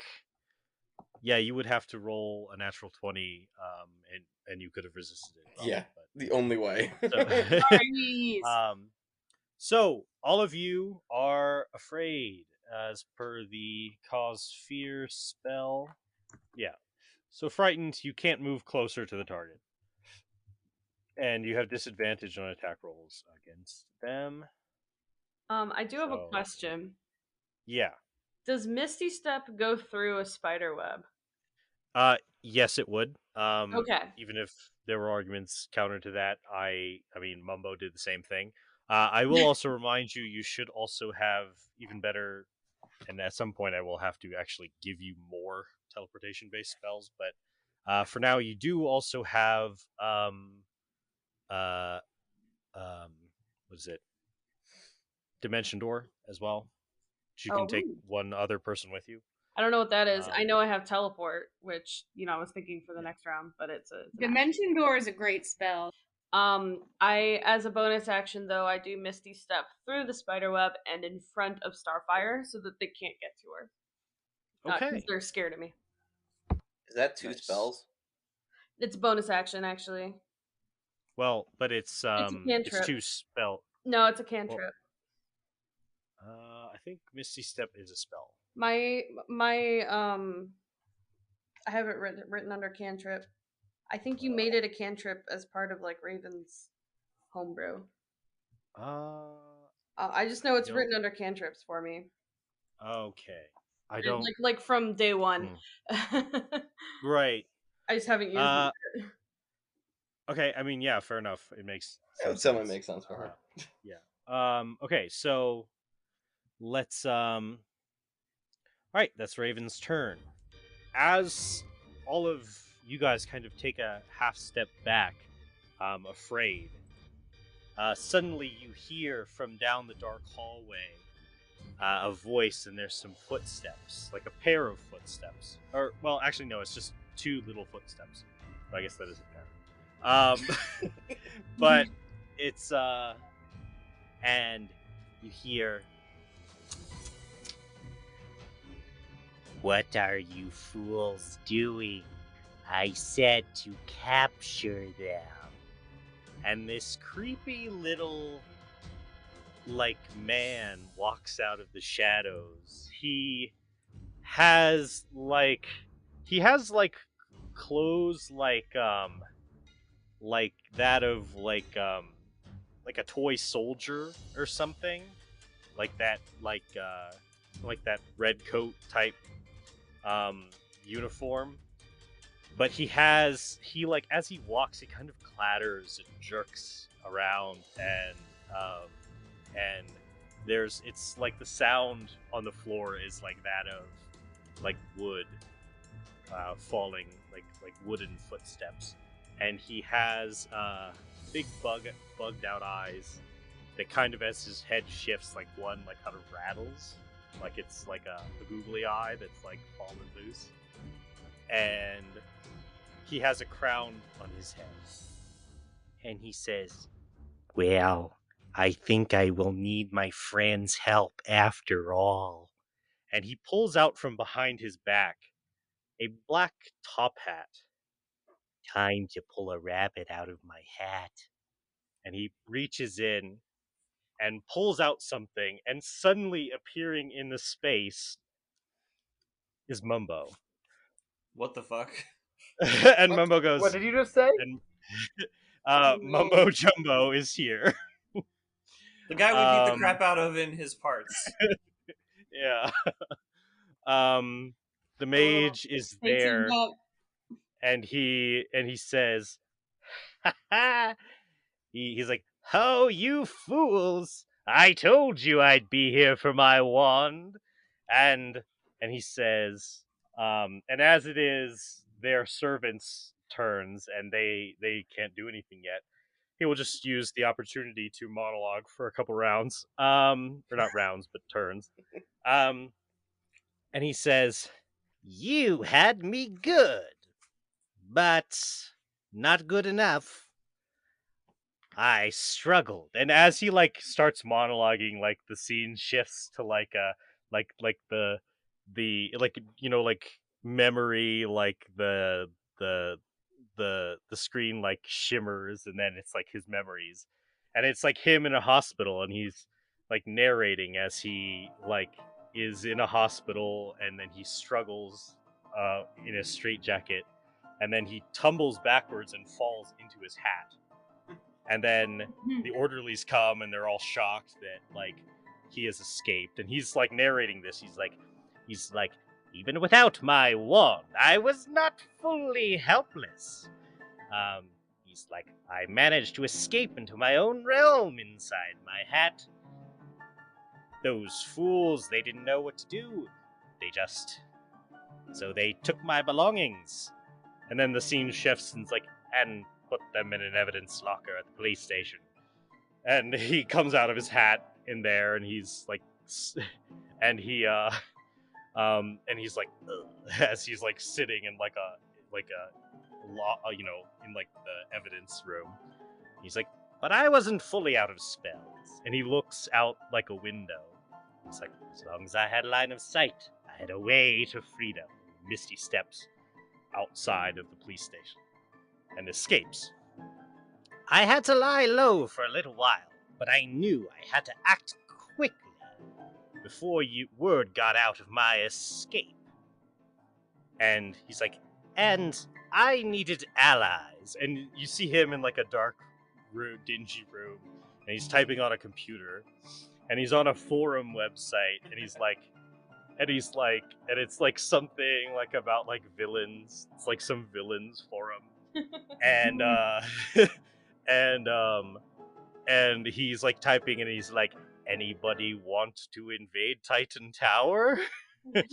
And this is good early 4chan days though. yeah. something awful or something. And he posts it, and then there's a response from a person named Mr. Wilson, and they go, "No." And and then another person comments, and they're like, "Your mom, lol." And and then another person whose username is simply PK says, was planning something, and it's instant message me, and and he said, and then the memory fades again, and it's back to all of you guys, and he's like, "Puppet King here had a brilliant plan already set up to take control of the Teen Titans. Very, very brilliant. I had to take a chance on this opportunity." Okay, so Robin, I believe he gets does he get a saving throw at the end of his turn? Oh, for the cause fear? Yeah, to repeat the saving throw at the end of No. its turn. Yeah, Beast Boy could too because of the proficiency bonus, but Oh yeah. but neither do. So Well, I didn't roll again. That was my first roll. Oh, that's your first roll. Okay, yeah, go ahead and roll again. Ooh. Good luck. Also, don't succeed. I need a nat 20. Or not. Nope. I got a 10. All right. I'm scared. Okay. But with that, you guys did not succeed, and I think he just used that to monologue. So it goes back up to the top of the round. Starfire, it is your turn. You guys all will take damage from the icky light. They'll have to do How a much? constitution save. Oh, Constitution save. Okay. Yeah. All three of you, yeah. Giant spider Constitution is plus 10. Ooh. Hey, what's my DC? I forget For what we this type of decided for this that. type of thing, it's based off of your strength. Okay, that's very good then. Yeah. So that's Ooh. what is that 8 plus my strength modifier? Is that how it works? 8 plus proficiency plus modifier. And proficiency at level 7 is 3, right? Yep. Okay, so that's 21. Okay. Cyborg actually does succeed with that 23. Okay. Yeah. Nice. Good job, Cyborg. And the other two fail, I assume. Oh yeah. Yep. I have a In that plus case, they 10. take 40-10 radiant damage, and they gain a point of exhaustion. Do I roll that? Or you roll that for both of us? So Yeah. I get roll half damage for damage, both I of them. guess. No, you don't get any damage. Oh, I believe yeah. it just says Constitution saving throw or take 40-10 damage. Nice. Originally, I thought you said they take 40 damage, and I was like, oh my god. No. Well, potentially if you rolled 10 yeah, on all those it's guys. not great, but, I'd rather he roll than it be a straight 40. That's Cool. 22 radiant damage for each of them, and a point of exhaustion. Jeez, Okay. that's a mean spell. Okay, It so is. I am still a spider, but barely. I was gonna say if it was a little bit more, I would have fallen off the ceiling. also, they are now glowing. So, if this is if the spell is still going on and they're sneaking up on us at some point, we can see them. Right. Okay. So I now have going 3 back HP as a to spider. Okay, so now going back to the top of the round, Starfire, it is your turn proper. Okay. I see that my friends have walked into this, have stepped into this light and been hurt, and I'm just like, and I turn towards Mumbo, and I say, Mumbo Jumbo, what have you and your short friend done to my friends? He'll respond and say, "Oh, it's not very nice to make fun of the vertically challenged, Starfire." He's like, Question but... mark over my head. I bet like Starfire just thinks that he has erectile dysfunction now or something. Yeah. Which he somehow understands. But anyway, he says, he's like, your friends are our friends now, and you can continue your turn. Is Raven free from the spiderweb? Yes. I misty stepped, so yeah. Okay, and nice. I seem to be keeping our friends away from us too. Yeah. At this point, as you guys kind of realize the seriousness of the situation and how you're outnumbered, you do recall Robin's briefings about the access tunnels, like the maintenance tunnels that lead down to the escape tunnels below the tower. I am going to break the balls that are constricting me. A beautiful metaphor for the destruction of the patriarchy by Starfire.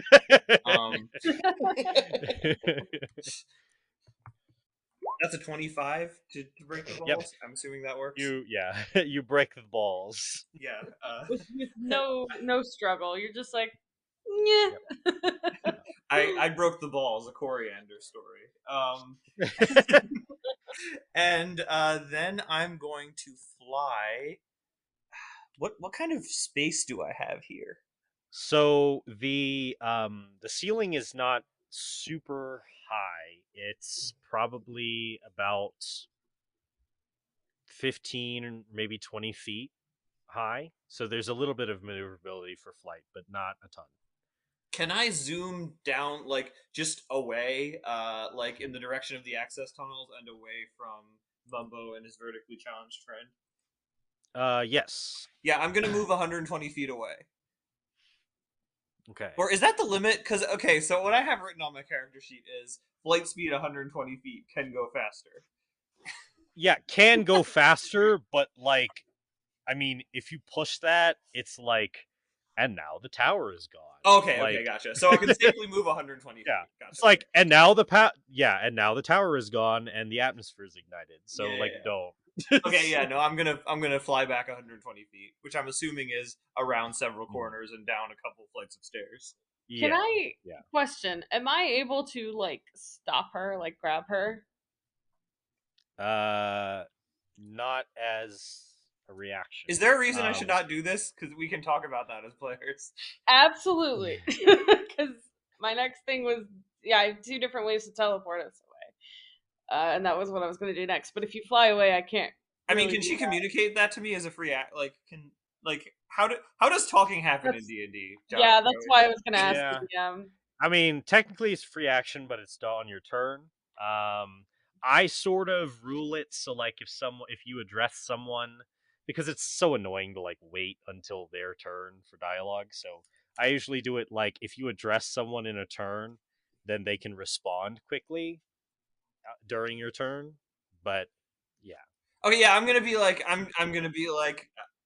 friend Raven, we must escape. So I can respond. I'm just making sure Yeah. I'm doing this right. Yeah, you can respond. Okay. Because I also think that was kind of a snappy decision to fly Yeah. 120 feet away while she was still surrounded by these guys. Yeah. I mean, Yeah. I can get away. It's just that Yeah. I would be leaving you, which feels unstrategic at the moment. Yeah. So okay, what did you say again? I'm sorry. I just said we have to escape, basically. Okay, and I say, yes, I know I can get us out of here. And I seem to be forming a spell. Okay, yeah, I'll trust that, and I'll actually so instead of flying back, I'll just basically fly right up to Raven. Sort of so we're like back to back, Cusco Pacha style. Oh, very cool. Very, very good. Okay. Raven, it is now your turn. I'm gonna not do what they do in the episode. I'm actually gonna teleport us to the roof where we can fly away for escape. That Okay. seems a lot smarter than trapping yourself in a dungeon. Yeah, Dimension Door will do that for you. Okay, so I'm gonna use Dimension Door and teleport us. You start to weave the spell and say the words, and Mumbo casts Counterspell. What does that do? It counterspells. So now it could fail because Dimension Door is it's 4th level, so that still works. So counterspell. So essentially, it immediately cancels any spell of 3rd level or lower. But if a spell is 4th level or higher, he has to make an ability check using his spellcasting ability. Yeah, on a success, and the DC is 10 plus the spell's level. So the spell's level is 4, so the DC is 14. So he has to make an ability check with his spell, so basically his intelligence modifier. Yeah, okay. So he will roll. I will go ahead and just roll. I'm just gonna roll in the chat actually. No, he rolls an 8. Yes. So the spell succeeds and you teleport to the roof. We're on the roof. Nice. And yeah. So that is that the end of your turn? Yeah, I guess once I'm on the roof, I'm just like, what is going on? And I seem stressed. Okay. So you don't move anywhere yet? We chill on the roof for a second. Little Starfire betrayed me. Wait, what? I said little Starfire betrayed me. Little Starfire. Okay, now going back down, the 3 of you guys, your actual selves, as PK pulls out from behind his back all of the little puppets that are now actually you, paralyzed, motionless, only able to speak and weakly call out for help. Beast Boy, Cyborg, and Robin. And you and he says, and he goes, "You fool! I brought you here so that type of thing wouldn't happen." To Mumbo, and Mumbo just kind of looks indignant. He's like, Your puppets are the ones who weren't able to restrain them quickly enough." Say it more SpongeBob And like. oh my god, I can't. uh, I can't. So, and but he turns and he looks to all of you three who are the puppets dangling weakly there, and he says, "No matter, we have most of the team." Okay, can I ask? And well, hold on, he's not done talking. And he says, and with the Puppet King pulling the strings, the Teen Titans will command the entire city. Yeah, go ahead. No, I was gonna ask. Last time I saw my puppet, it was riding my hand. Do you know where my hand is right now? Your hand's on Cyborg. Oh. Yeah. Wait, but who controls my hand? It's technically an independent ally. Yeah, but an independent ally that's loyal. Okay. I don't know. It's a judgment call. It's a hard one. That is interesting. Okay. I mean, that's where we get into the benefits of you guys being magical instead of. Okay, interesting. So, your hand is on Cyborg, but as a homunculus, you as a puppet Cyborg, you turn and you look at your body, and the finger twitches a little bit, and a little eye on the end of the finger opens up briefly. And you feel that you still somehow, as yourself, have system control over this homunculus. Nice. Okay, so yeah. My hand is a little prick. I'm gonna tell you. I think it's gonna first opportunity. It's gonna try and jump off and grab one of them by the balls. Okay. Well, right now, Puppet King is gesturing and telling them, "Pursue them to the roof." And Beast Boy and Robin and Cyborg, or their bodies, they start running up to the roof. How does that work with the Cossphere? Well, you're not within line of sight of them anymore. Fair enough. Yeah. Did nobody get any more stinky damage? Well, is that an area you choose? Yeah, it's an area. It's an area of effect. It would remain where I was. I'd assume. Okay. I think they would move. They would run away. They would see that as an obstacle, or PK would. I mean, between the two high intelligence spellcasters, they would say, "Not that way, you fools." Just gotta ask. It's a 4th level spell slot. Yeah. So they go. So they don't directly pursue up the nearest stairwell. They go up an alternate, like the other side of the towers stairs, and they start running up. But they have a few floors to go before you guys are. So you guys have a few rounds on the roof for what you would like to do. When they come back, is the Cossphere gonna kick back in, or is it done? Well, Cossphere, let's see. How long does it last? Yeah, because I only have 2 spell slots. It lasts a minute, which is 10 rounds in combat time. So it would probably be on the end by the time they reach the roof. You guys both can fly, so if you wanted to, you could go into the city. Oh, no, I know we can escape. We're just trying to figure out if there's any better solve. Yeah. Friend Raven, I think we have to escape this place. I cannot I cannot figure out how we will free our friends without harming them. I'm worried about them. So am I. What do we do? I don't know. I guess we sit there in like sad silence for a second before we do decide to, at least Raven kind of leads the way and she starts to fly toward the city. Yeah, I think I'm gonna do that too. Yeah, and just thinking to herself, Okay, so you guys start to fly off into the city. Raven can move at 60 feet around, so that will probably be the minimal limit for your flight speed. I mean, yeah, probably. So, Okay. so you guys start flying off into the city to try to regroup and plan. You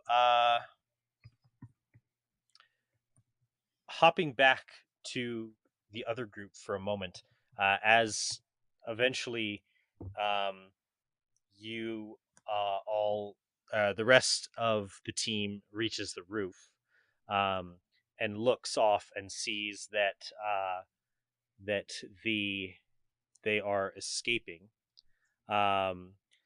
As you guys are watching them escape, eventually Mumbo and Puppet King catch up, and they say, trying to hide. No matter. We must move forward with the ritual. Come, Mumbo. And Mumbo kind of like gives him like a raised eyebrow. and kind of like, and says, all right, come on, you buffoons. He's like, you animal one, give me a ride. And Beast Boy's husk just sort of stares blankly at him. and oh, he does have fly, so he'll just cast fly on himself. And he's like, "Meh, worth a shot." And he casts fly on himself. And Beast Boy will turn into something big to carry Puppet King and the other two. So, like a big pterodactyl or something. Yeah. They ride a pterodactyl. And you guys, yeah. Hey everybody, hope you're enjoying the episode. I wanted to apologize for the lack of notice about the recent hiatus that we took. That was definitely my fault. I just kept putting it off until I forgot completely. But that happened for a very good reason. We ran into some recent scheduling conflicts surrounding an episode that I think you're going to enjoy, but a couple episodes that involved a guest appearance. And this was right around the time that Krista and Paul were getting married. So everybody had a lot going on. It was very busy. But now we've kind of returned back to normal. Still a couple hiccups in scheduling we have to resolve, but that is all kind of ironing out as of recently. So, with that, we are back to our normal scheduled time of release. So expect to be getting a new episode every other Tuesday. And for those of you who become patrons, every other Sunday. Yes, that's right. You get the episode a full 2 days early. So please consider becoming a patron. Alrighty, now back to the episode. Feel free to plead weekly as your little puppet selves. But other than that, you guys start flying off into... We should definitely leave a space for them to plead weekly here. Quick question, because I just want to double check. With my Raven, I can't spy through my Raven, can I? No, that's a different. That's a different warlock pact. Unfortunately. Okay. Just checking. Yeah. I remembered my raven suddenly. Yeah. Your raven, though you can control it, and it can. You can give always obeys your commands, and you can give commands to it within 100 feet telepathically, but there's nothing else about its communication. Like it's a one-way type thing. But you do have speak with animals. Yeah. So I guess before we fly off, can I like tell my raven to stick around for a while and then come find me? Like, do you want it to yeah? Spy. Do you want it to do you want it to pursue wherever they go and then come back to you? I guess I tell it to kind of like stay hidden, but keep an eye on things, and then to come find me later. I don't know how, like, would that be reasonable for the raven to be able to come find me, or? Yeah, you can communicate with it straight to its mind, and ravens are pretty smart, so Okay. Yeah, it will fly over high above, so it's kind of not hard to see in the darkness, and it will follow them wherever they're going, and then it will fly back to you. And so this takes a while. This takes a little while before it appears to you. But so yeah, where do you guys go? You're hiding in the city. Do you have any particular thoughts or? Well, we will want to go someplace where they cannot find us. Where would we be least likely to go, friend Raven? Okay, is there like a really like social high energy place that you would never find Raven at? Yes, actually, I have an answer to that. So they're kind of on the outskirts of town near the warehouse district. There is often many nights there are raves held over in that direction. Blackfire kept going on and on about it. Remember when she wanted to go go party. I give Starfire the biggest sigh, and I'm like, I think I know a place. Raven will be like, I think I know a place, and she'll take you to a shitty rave. But they will never expect it. So, yeah, okay. That's where we go. That's where we hide. We're gonna accidentally cause a bunch of casualties at this rave. It's not like it hasn't happened in the episode. Okay, so all right, you guys appear at this rave, and it's pumping. It's booms, booms, booms. It's like there's lights going off, all sorts of colors inside as you walk in. And there's a brief moment where there's like, this isn't really like, are you on the list kind of place. As you guys walk in, a lot of people kind of like kind of gasp, and so yeah. Yeah, I think there's are these people like teens? Are they adults? Like they're mostly teens. There's a little bit of bleed over into like college freshmen, but it's actually a lot of like teenagers y'all's age. Good, that's appropriate. Okay, so I'm trying. We're trying to hide here. We're trying to blend in a little bit. So I'm just gonna peer around and try and like catch on to like what other people are doing, so I can like do it too. If I see a single person with their phone out trying to take a picture of us to post on social media, I'm going to fling their phone out of their hand. Okay, yeah. I don't know what era this is, or like when what social media became a thing. But yeah, there was Facebook in 2007. Is this? This is 2003. Okay, so there's no social media. Good. There's no social media now. if they People try to might take a post it to picture- forums, but yeah. If they try to take a Essentially, picture of us, I'm still gonna fling it out of their hand. I think there was MySpace. Is there MySpace? MySpace I was don't August know. 1st, 2003. oh wow, it would be the hottest new thing, I guess. I try to keep the photo people away, the paparazzi, Alright. if you will. Fair enough. Fair enough. Hold on. I just float around with Starfire.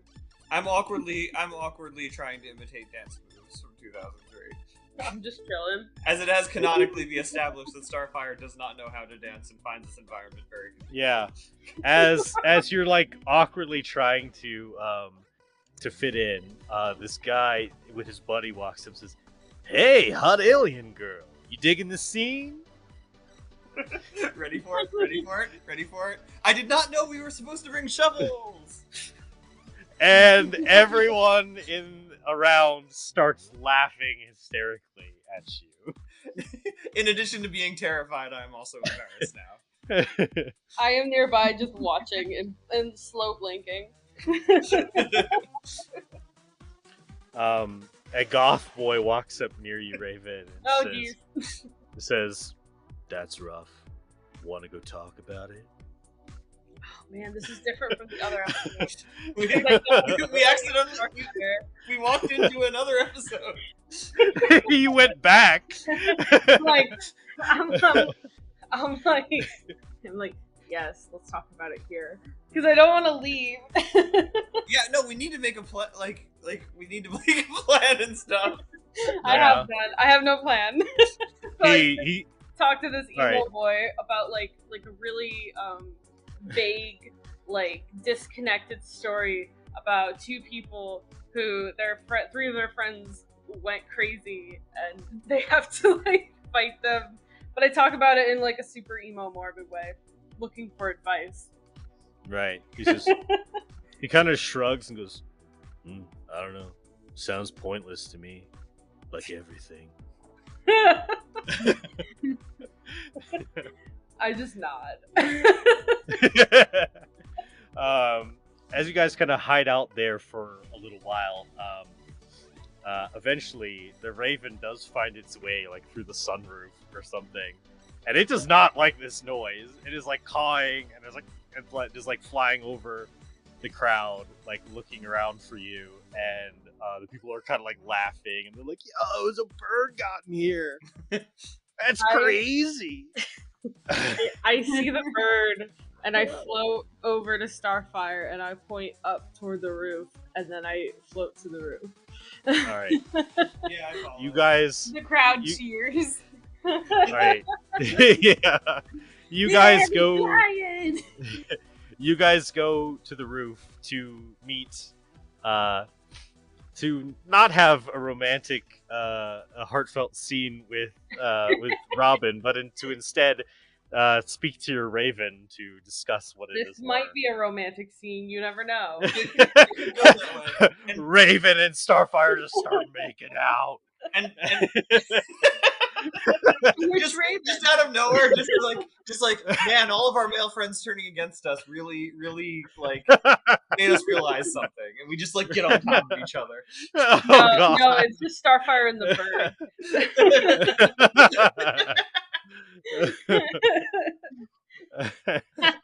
Also, for reference, I was crumping.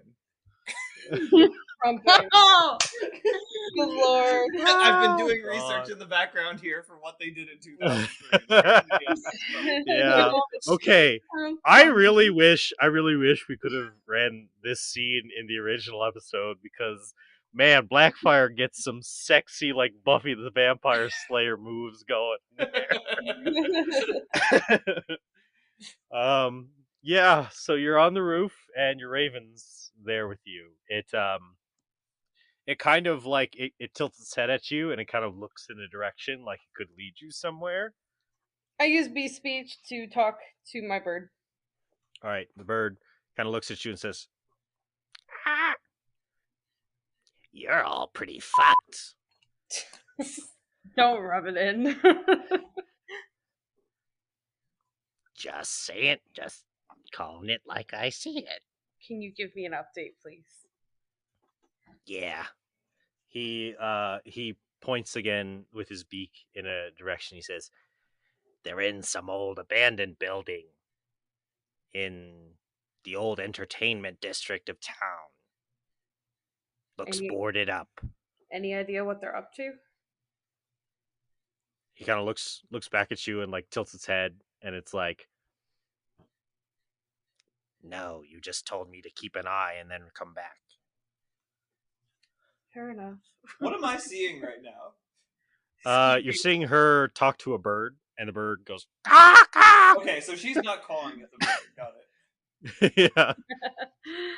I turn to Starfire and I'm like, they're in an old abandoned warehouse. I don't know what they're doing. How shall we save them? She just shrugs. He says, "Better hurry." He mentioned something about a ritual. A ritual? Then we do not have any time to lose. Fair enough. You know things about magic. What are you familiar with the spells that were used against us and our friends? Am I familiar with the spells that were used against us and our friends, DM? Roll Arcana, a 12. Okay. So he clearly used some sort of spell, utilizing the puppets as foci, and that seemed to enhance whatever, like, and he carried a little controller with him. You recall. This could be his spell casting. It could be a magical item. You're not quite sure, but the aid of the puppets made in your likeness very likely has something to do with it. The fact that he's mentioned a ritual implies that the process of controlling your friends' bodies is not in a fully complete state, which is a little unsettling considering the seemingly full control that he already had. Okay. You don't know exactly what he's going for, but you do feel a sense of urgency about stopping it before the ritual is complete. Okay. I relay all of this to Starfire and I say, I think we should probably try to get that remote control away from him. Then that is what we must do, regardless of the risk. She nods. All right. So the Raven takes off and leads you to this place. So as you are flying over, you kind of alight down. You see there's this building. It looks to be an abandoned like town theater, like where plays would be put on, and it's mostly boarded up. There's a doorway, and in front of the doorway, well, there's an open courtyard, and there's like an empty fountain and like rundown fountain in front of it. And there is a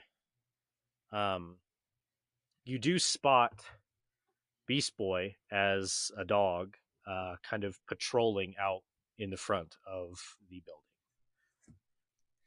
So yeah, how would you guys like to approach this? Well, we want to go in as stealthily as possible. Okay. Is there any spell that will help me with that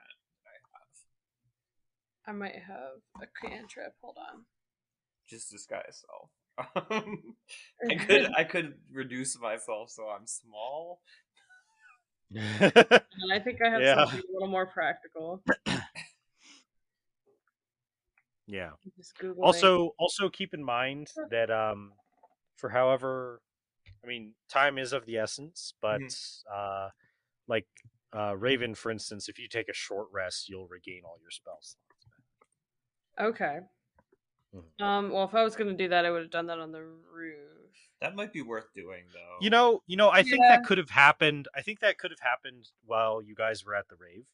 Okay. So, if you guys have taken damage, you can roll hit dice to recover.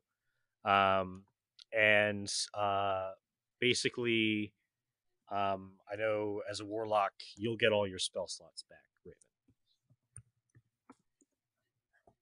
Okay, so I'm gonna say we did that short rest if that's cool. And Yep. then I'm all healed up. as for Beast Boy, I think I will use prestidigitation to try to distract him with a faint sound. Coming from somewhere not where we are, so that we can sneak in. Cool. So can I? Yeah. The dog. Sorry, just to add to that, can I disguise self and turn myself into Cyborg? Yeah. I'm gonna do that. Okay. All right. If we run into Cyborg, we're screwed. Yeah, that's true. You know, it's better than nothing, though. Well, I would wait. Okay, go ahead and roll, because I want you to do well. So roll intelligence. you rolling to give me an opportunity to tell me this is a stupid idea? Yeah. I advise against it if asked. 16. Oh wow, that's pretty good. Yeah. So if you want to disguise yourself as one of them, and Beast Boy is outside, and you distract him and then sneak past him, you should probably disguise yourself as the one of them who's objectively not in the building. Yes, that makes sense. Yeah. there's this voice in my friend Raven. There's this male voice in my head that is telling me good ideas. It's the patriarchy. Listen, I thought I had broken the balls. You are never free from the weight of the balls. It's systemic. Damn it. So I play some weird music. Okay. That is kind of around the corner of the building to make him go around the corner. Okay. Mindless Beast Boy, yeah, as a dog, even in the best of circumstances, as non-mindless Beast Boy, is probably like, what's that? And goes around the corner. He's got dog hearing. Yeah, very good hearing. It kind of goes around the corner to investigate. All right, you guys. Yeah, so you cast this guy's self, and you guys go in. Yeah. Yeah, I turned into Beast Boy and go in. Yeah. I think I'm still stealthing though. To be clear, like, okay, plan 1 is to not be seen at all. Like, plan B is that brief moment of surprise, of confusion, of me being Beast Boy. You know. Yeah. All right. Go ahead and roll stealth for me. How long does disguise self last? Disguise self lasts for an hour. Yeah. Oh, okay. I guess you're good then. Oh, that's decent. Cool. 16. I am floating. So, tends to be quiet when you float. All right, you guys move forward and enter the door. It's whatever boarding was on the front door has been removed and put to the side. As you enter the little entrance area, it's like a little ticket booth area, lobby area. There's old stale popcorn scattered around the ground, and no, it's not a movie theater, I guess, but there's old food and canned food and stuff in this little concession stand area, and you do see there's a pair of doors that lead to the because they're backstage, so there are some doors. Do you open the doors? Yeah. Right. Carefully. You carefully, stealthily sneak through the doors, and you see you are in the kind of amphitheater area. There's all sorts of. It's run down. It looks like people have used this as they've sprayed graffiti all over the place, and it's kind of the chairs are ripped up, and you see a big stage. And as you are sneaking down the rows, you do see that kind of probably coming from backstage, like behind the curtains, there is this faint, like flickering, like dull blue light. Kind of looks like there's a fire lit like behind the curtains, but it's blue. I think that is where we are going.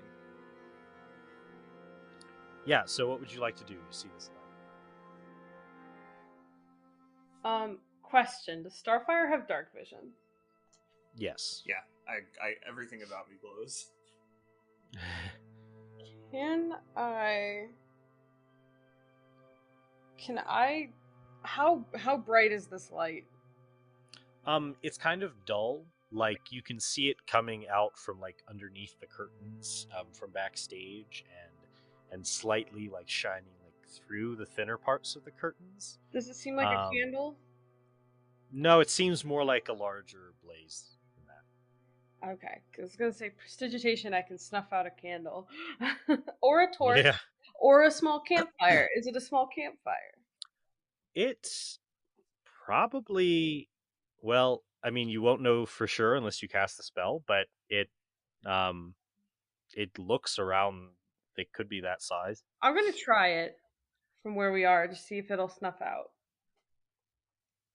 Okay, so you At kind least of are. Starfire and I can see. Yeah, y'all are sneaking up. You're hiding within the chairs, and you kind of get up to the stage, and you're like peeking over the edge of the stage, and you can see this light from back behind stage, and you do hear some like, and you cast prestidigitation, and the light does dim and then goes out, and you hear this swear.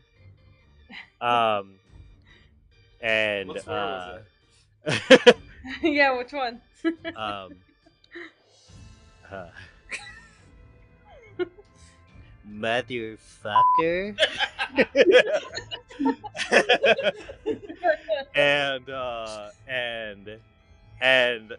you hear a laugh. You hear Mumbo laughing. He says, "Oh, what? Having a little trouble performing, Puppet King?" And he says, he's like, "Quiet, you. You have distracted me from the ritual enough already."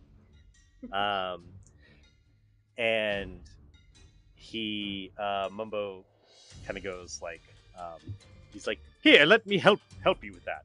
Prestidigitation." And it the fire turns on again. Raven, what would you like to do? A little small curse under my breath. What curse is it?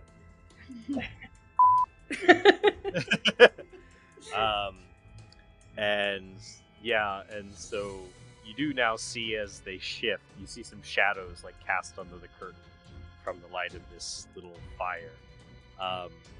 And one is like very tall, and he says, "It took a while to find it, but I did eventually find my wand. It's quite a relief." And he says, and Puppet King says, "Why did you need that? I thought, can't you just make another one?" He goes, "If you must know, yes, I can make another one. But these wands are very tied to my essence. If they ever were to just willy-nilly decide to snap one in half, I'd be screwed."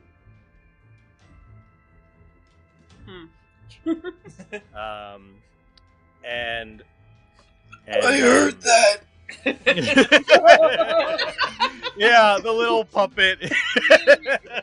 Let me go, And- little wooden doofus. Puppet King kind of like takes out the puppets and like rattles them around against each other, and he's like, "Quiet, you." And then he turns back to Mumbo and goes, "That is quite a pathetic weakness for a supposedly master of the arcane such as yourself." And then they just start kind of like bickering at each other now. Can I possibly lift the wand and the remote up into the air. Well, you don't quite have line of sight on it yet. You know Okay. where it is, but the curtain does block. Because if you got that close and you did that, I could probably like bash both of those dudes. Like, I whisper to Starfire, telling her to go to the other side and distract them. Well, I go to my side. nods in Beast Boy. All right. I forgot. Yeah, so I motion to go distract them, and I'm gonna sneak behind. Wait, you want me to distract them? That's the plan? That's where we're starting, because I want to steal that wand and the remote control. Okay. And he just told me to snap it, so I'm gonna try to snap it. Yeah, all right. So basically I'm gonna sneak around from the other side and Yeah, because if it's a stage, there's like stage left and stage right. So I'm pointing Yeah. for you to go to stage left, and I'm gonna head stage right. Is that right, Joey? Yeah, sure. Okay. Time to be arbitrarily confused about stage right and stage left for no other reason but the meme. aren't they opposite or something? Are well, they? if you're it's opposite. I think if you're hold on. No, it's only opposite if you're on stage, though, Well, right? it's a good thing I'm pointing and not using left and right terms. Yeah. Okay. It's a good thing that this is an auditory medium and people can imagine it accurate instead of the terrible schematic we see in our brain. Yeah. So yeah. All right. I point to one side and I head the other way. Yeah. All right. Go ahead, you two, and make stealth new stealth checks. Another stealth check. Okay. For sneaking behind stage. Acting or 25. Oh, the distraction's supposed to start, then I sneak around. Sorry if that was unclear. Yeah. I'm waiting until they're distracted to sneak behind them and try to take their stuff. Okay, certainly. Yeah, you'll just roll again and take the better one. Okay. Once, but Starfire is successful. You kind of glide silently over the ground, and you do sneak in this like ghost of Beast Boy past. This creepy floating ghost Beast Boy sneaks up, and then as soon as I'm within range of them, okay, I am going to cast Enlarge on myself. Okay. So now I'm a giant Beast Boy, and I am going to immediately, I'm going to yell, vertically challenge this! And I'm going to fly at them, both fists out. Okay, so that's the distraction. Go ahead. Sweet. So yeah, you're just a giant Beast Boy. And so as you do this, they turn and look, you turn around the corner and you see them, they're standing there. This is the backstage area. There's a bunch of like balconies with like light fixtures, like you could probably walk around up there above you. And then they're on the ground backstage, standing at this cauldron with blue flames in it. And Puppet King and Mumbo, they turn and look at you with horror, and Puppet King goes, "It's like, I didn't know he could grow." And Puppet King is just like confused. It's like, I told you to go outside. And and yeah, now so you guys basically get a surprise round on them. So Charlie, go ahead and roll stealth again and see if you get better than that 15. Let him grow. How about a natural 20? Holy How do you like shit. that? Nice. So that would service. Okay. I'm gonna get that one and that remote. Okay. So with this distraction, essentially, you do see there's Mumbo, and he has his wand in his hand, and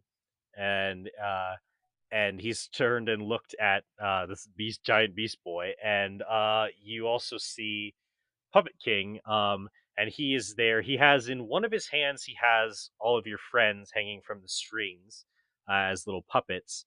And he also in the other hand, he has this weird like white controller with like different colored buttons on it.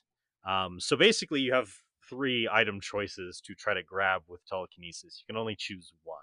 Oh, okay, that's fair. Well, I'm gonna go for the wand because I'm gonna try to snap it in half. Okay. That's Mumbo Jumbo's fault. Yeah. So, yes. So basically, he will have to make a contested strength. Would it be like with disadvantage or? Well, I mean, the DC is already huge for you. I mean, it's a strength. Oh, versus wisdom, yeah. Yeah, the object worn or carried by a creature, you must make an ability check. So you make an ability check with your spellcasting ability, so your wisdom. Okay. So you make a check with your wisdom bonus, that's plus 10, and he makes a contested strength check, and he's a mage, so his strength is pretty much shit.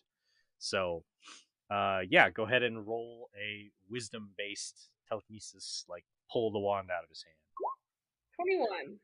Yeah, okay, let me roll his pathetic strength attempt. It is... No, he literally rolled... Okay, he rolled a 2 minus 1, so he rolled a 1. Incredible. He's like, yeah, the wand suddenly, it turns black, wreathed in dark light, and so it's like white on the two ends because it's like a street magician's wand, and black in the middle, but the colors invert so that like it's black on the end and white in the middle when you like wreath it in your energy, and then you just pull it out of his hand like faster than he can even notice. Almost, he's like, huh? Great. Oh no! So you have it. You can't snap it yet, but on your next turn, you will be able to use an action to just break it in half. Oh, darn. Okay. I pull it way up, though. I do pull it way up. All right, yeah. So you kind of pull it up above your head, floating up there. Out of his reach. All right, Actually, giant Starfire. sorry. Well, yeah. Well, would you like to do something else with it? I was gonna ask, what's in the cauldron? Is it just fire? It's blue flames, and there are some weird statues around, but they look like theater props, like some weird like kaiju things, like probably some like bad play. But Like, if I throw this wand in the fire, would I suspect that it would break? Or is that very likely. Yeah. So would you just like to move the object like into the fire? Yeah, I just throw it into the cauldron. I was originally Okay. gonna do that after I snapped it, but before works too. Oh yeah, so you can move the object up to 30 feet. So basically, the wand just flies into the fire, Into and that there's this crackling energy. I'm actually gonna make it cast a spell, as it hits the flames. So, let's see. It casts pyrokinetics as it flies into the fire. It's gonna cast the fireworks part of that. So a bunch of fireworks start exploding out of the cauldron, and Fun. Each creature within 10 feet, so it's just the two of them, honestly, Action. has to make a Constitution save or be blinded. So yeah, his spell is high DC, so let me roll for that. Yeah, they both fail, so they are both blinded. Now, giant Starfire Beast Boy, what would you like to do? Are you attacking them? Okay, so there's fireworks. Mumbo's staff is burned up. Yeah, and you see as Mumbo screams no, and like the fireworks start exploding, and he can't see. Suddenly, his form shifts and changes, and he's no longer the magnificent blue moon elf with like the magician's garb, but he just looks like a normal, like human man. So he changes. So he's like a. So he changes. He's a commoner races. now. Yeah. Yeah.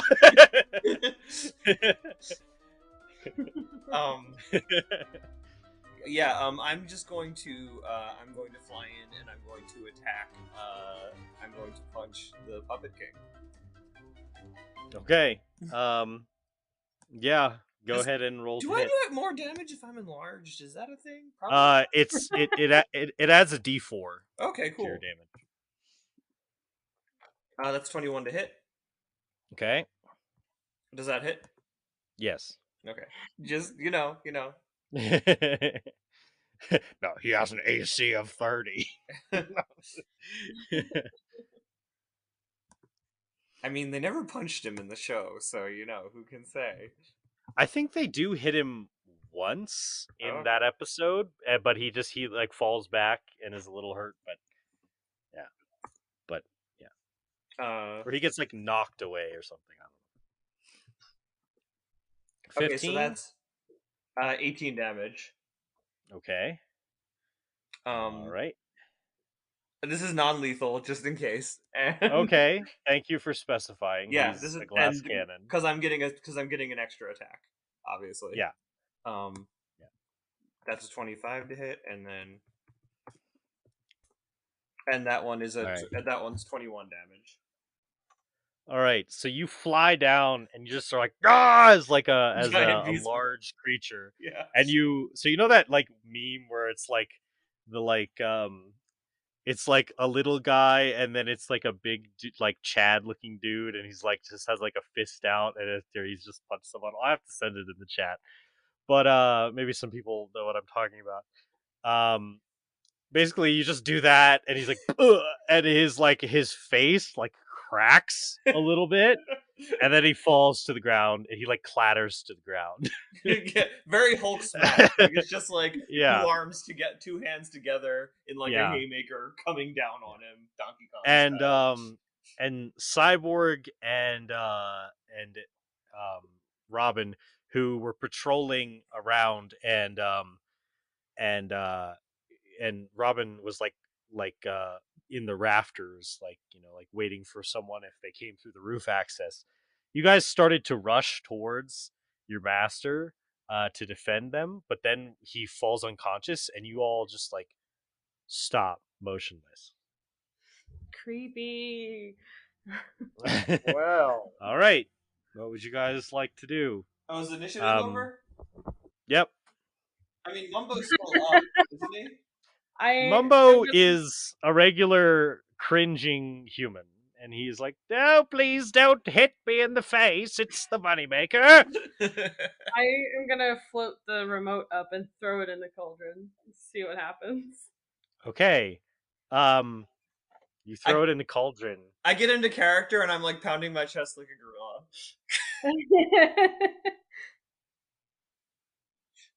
So you throw it into the cauldron and there's another like burst of magical light, and suddenly like his Puppet King's unconscious body like twitches and he's like and like there's this like horrifying like horror movie like type jittering like as he like raises off the ground for a moment, like very like exorcist-y, and he's like ah, and then he just falls back down to the ground again. I stare for a moment. I'm just like, cool. Cool. What seems to be the state of our friends? Yeah.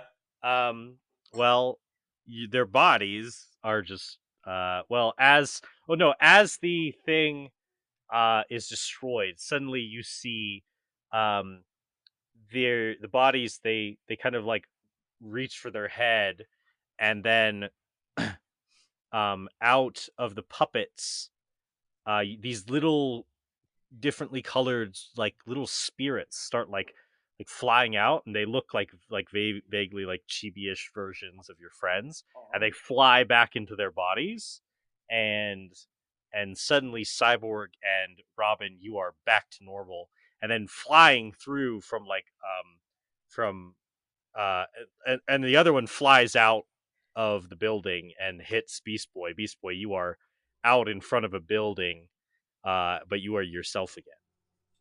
Ooh, yeah. Ooh, where am I? You're by yourself currently. Yeah, are we aware of everything that's happened?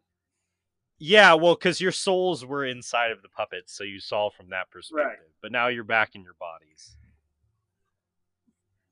I am going to go restrain the remnants of Mumbo Jumbo. Yeah, I go and make sure Robin's okay. Oh, great job, you two. I'm sorry we weren't of much help.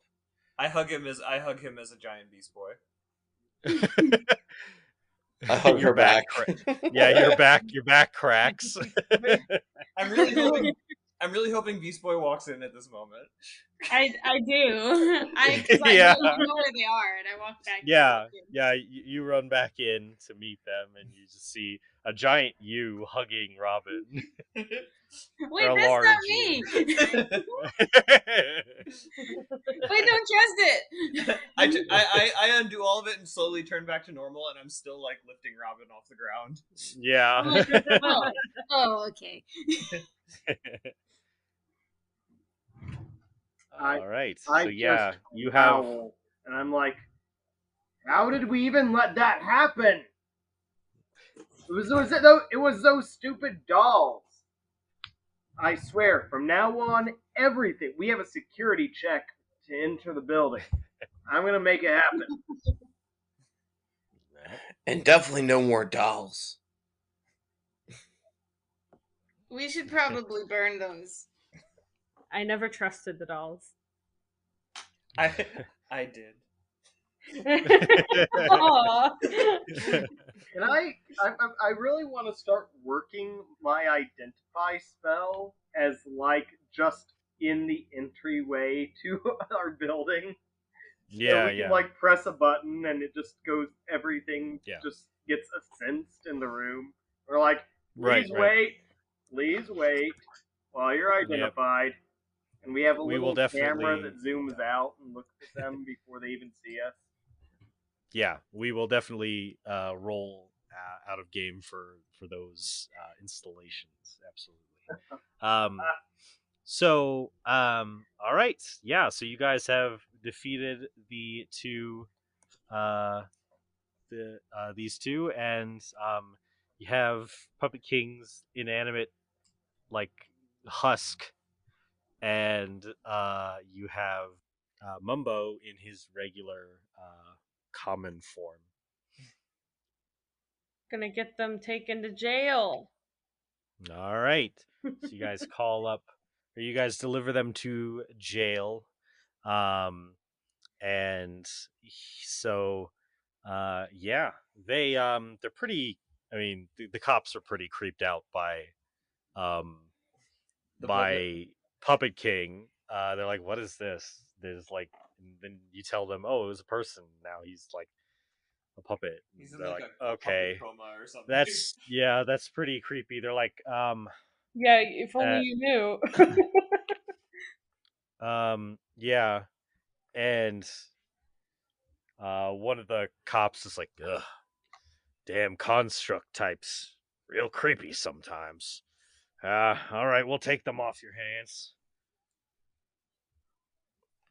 I glance over at Cyborg as he the racism.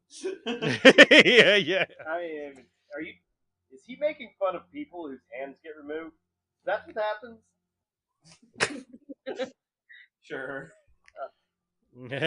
I glare.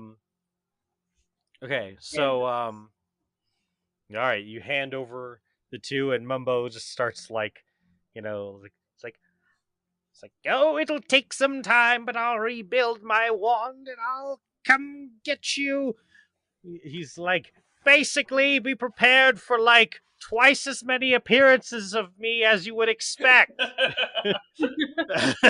Raven is just floating there, and out of her cloak, her hand comes out with like a thumbs up. Be sure to take his hat. His power comes from his hat. I say. Oh, his hat like disapparated. Oh, okay, gotcha. Normal human. Now look, I have a problem with killing people, but I'm a little fuzzy on grievous bodily harm. Jeez. he just kind of like looks at you with a weird expression. He's like, well, okay then, Batman. And he's like, take me away. And Robin kind of shudders a little bit. He's vengeance. Drama. Yeah. So yeah, that's it. Woohoo! Yay! Yeah, I think after all of this, I go home and I go to bed. All right. Yeah. Sweet. Very We cool, did it. guys. We Did did it in it. one. Yay. Good job, Starfire and me. Yeah, we did it. We beat everyone as a team. We Beat everyone. I As a even team up of 2 people. I even tried to increase the difficulty because I Rave. literally knew I was like either Puppet King is gonna sweep in stealth and like have overwhelming advantage, or they're gonna kill him in 2 seconds. So I was like, Mumbo too, and then you guys were just like, nah, fuck that. Yeah, just sneaking, beat the crap out of them. Giant Beast Boy, go! Giant Beast Boy. New character just dropped. New Beast Boy. Giant Beast Boy. So I'm trying to remember, what did we miss? Like, what was the thing that switched them in the show? So basically, Cyborg succeeds on the command to restrain them because they're conscious. So he wanted them restrained so that he could try to cast the like basically it's like dominate person, but like it removes your soul. Mhm. And it has like advantage because if you're near your puppet.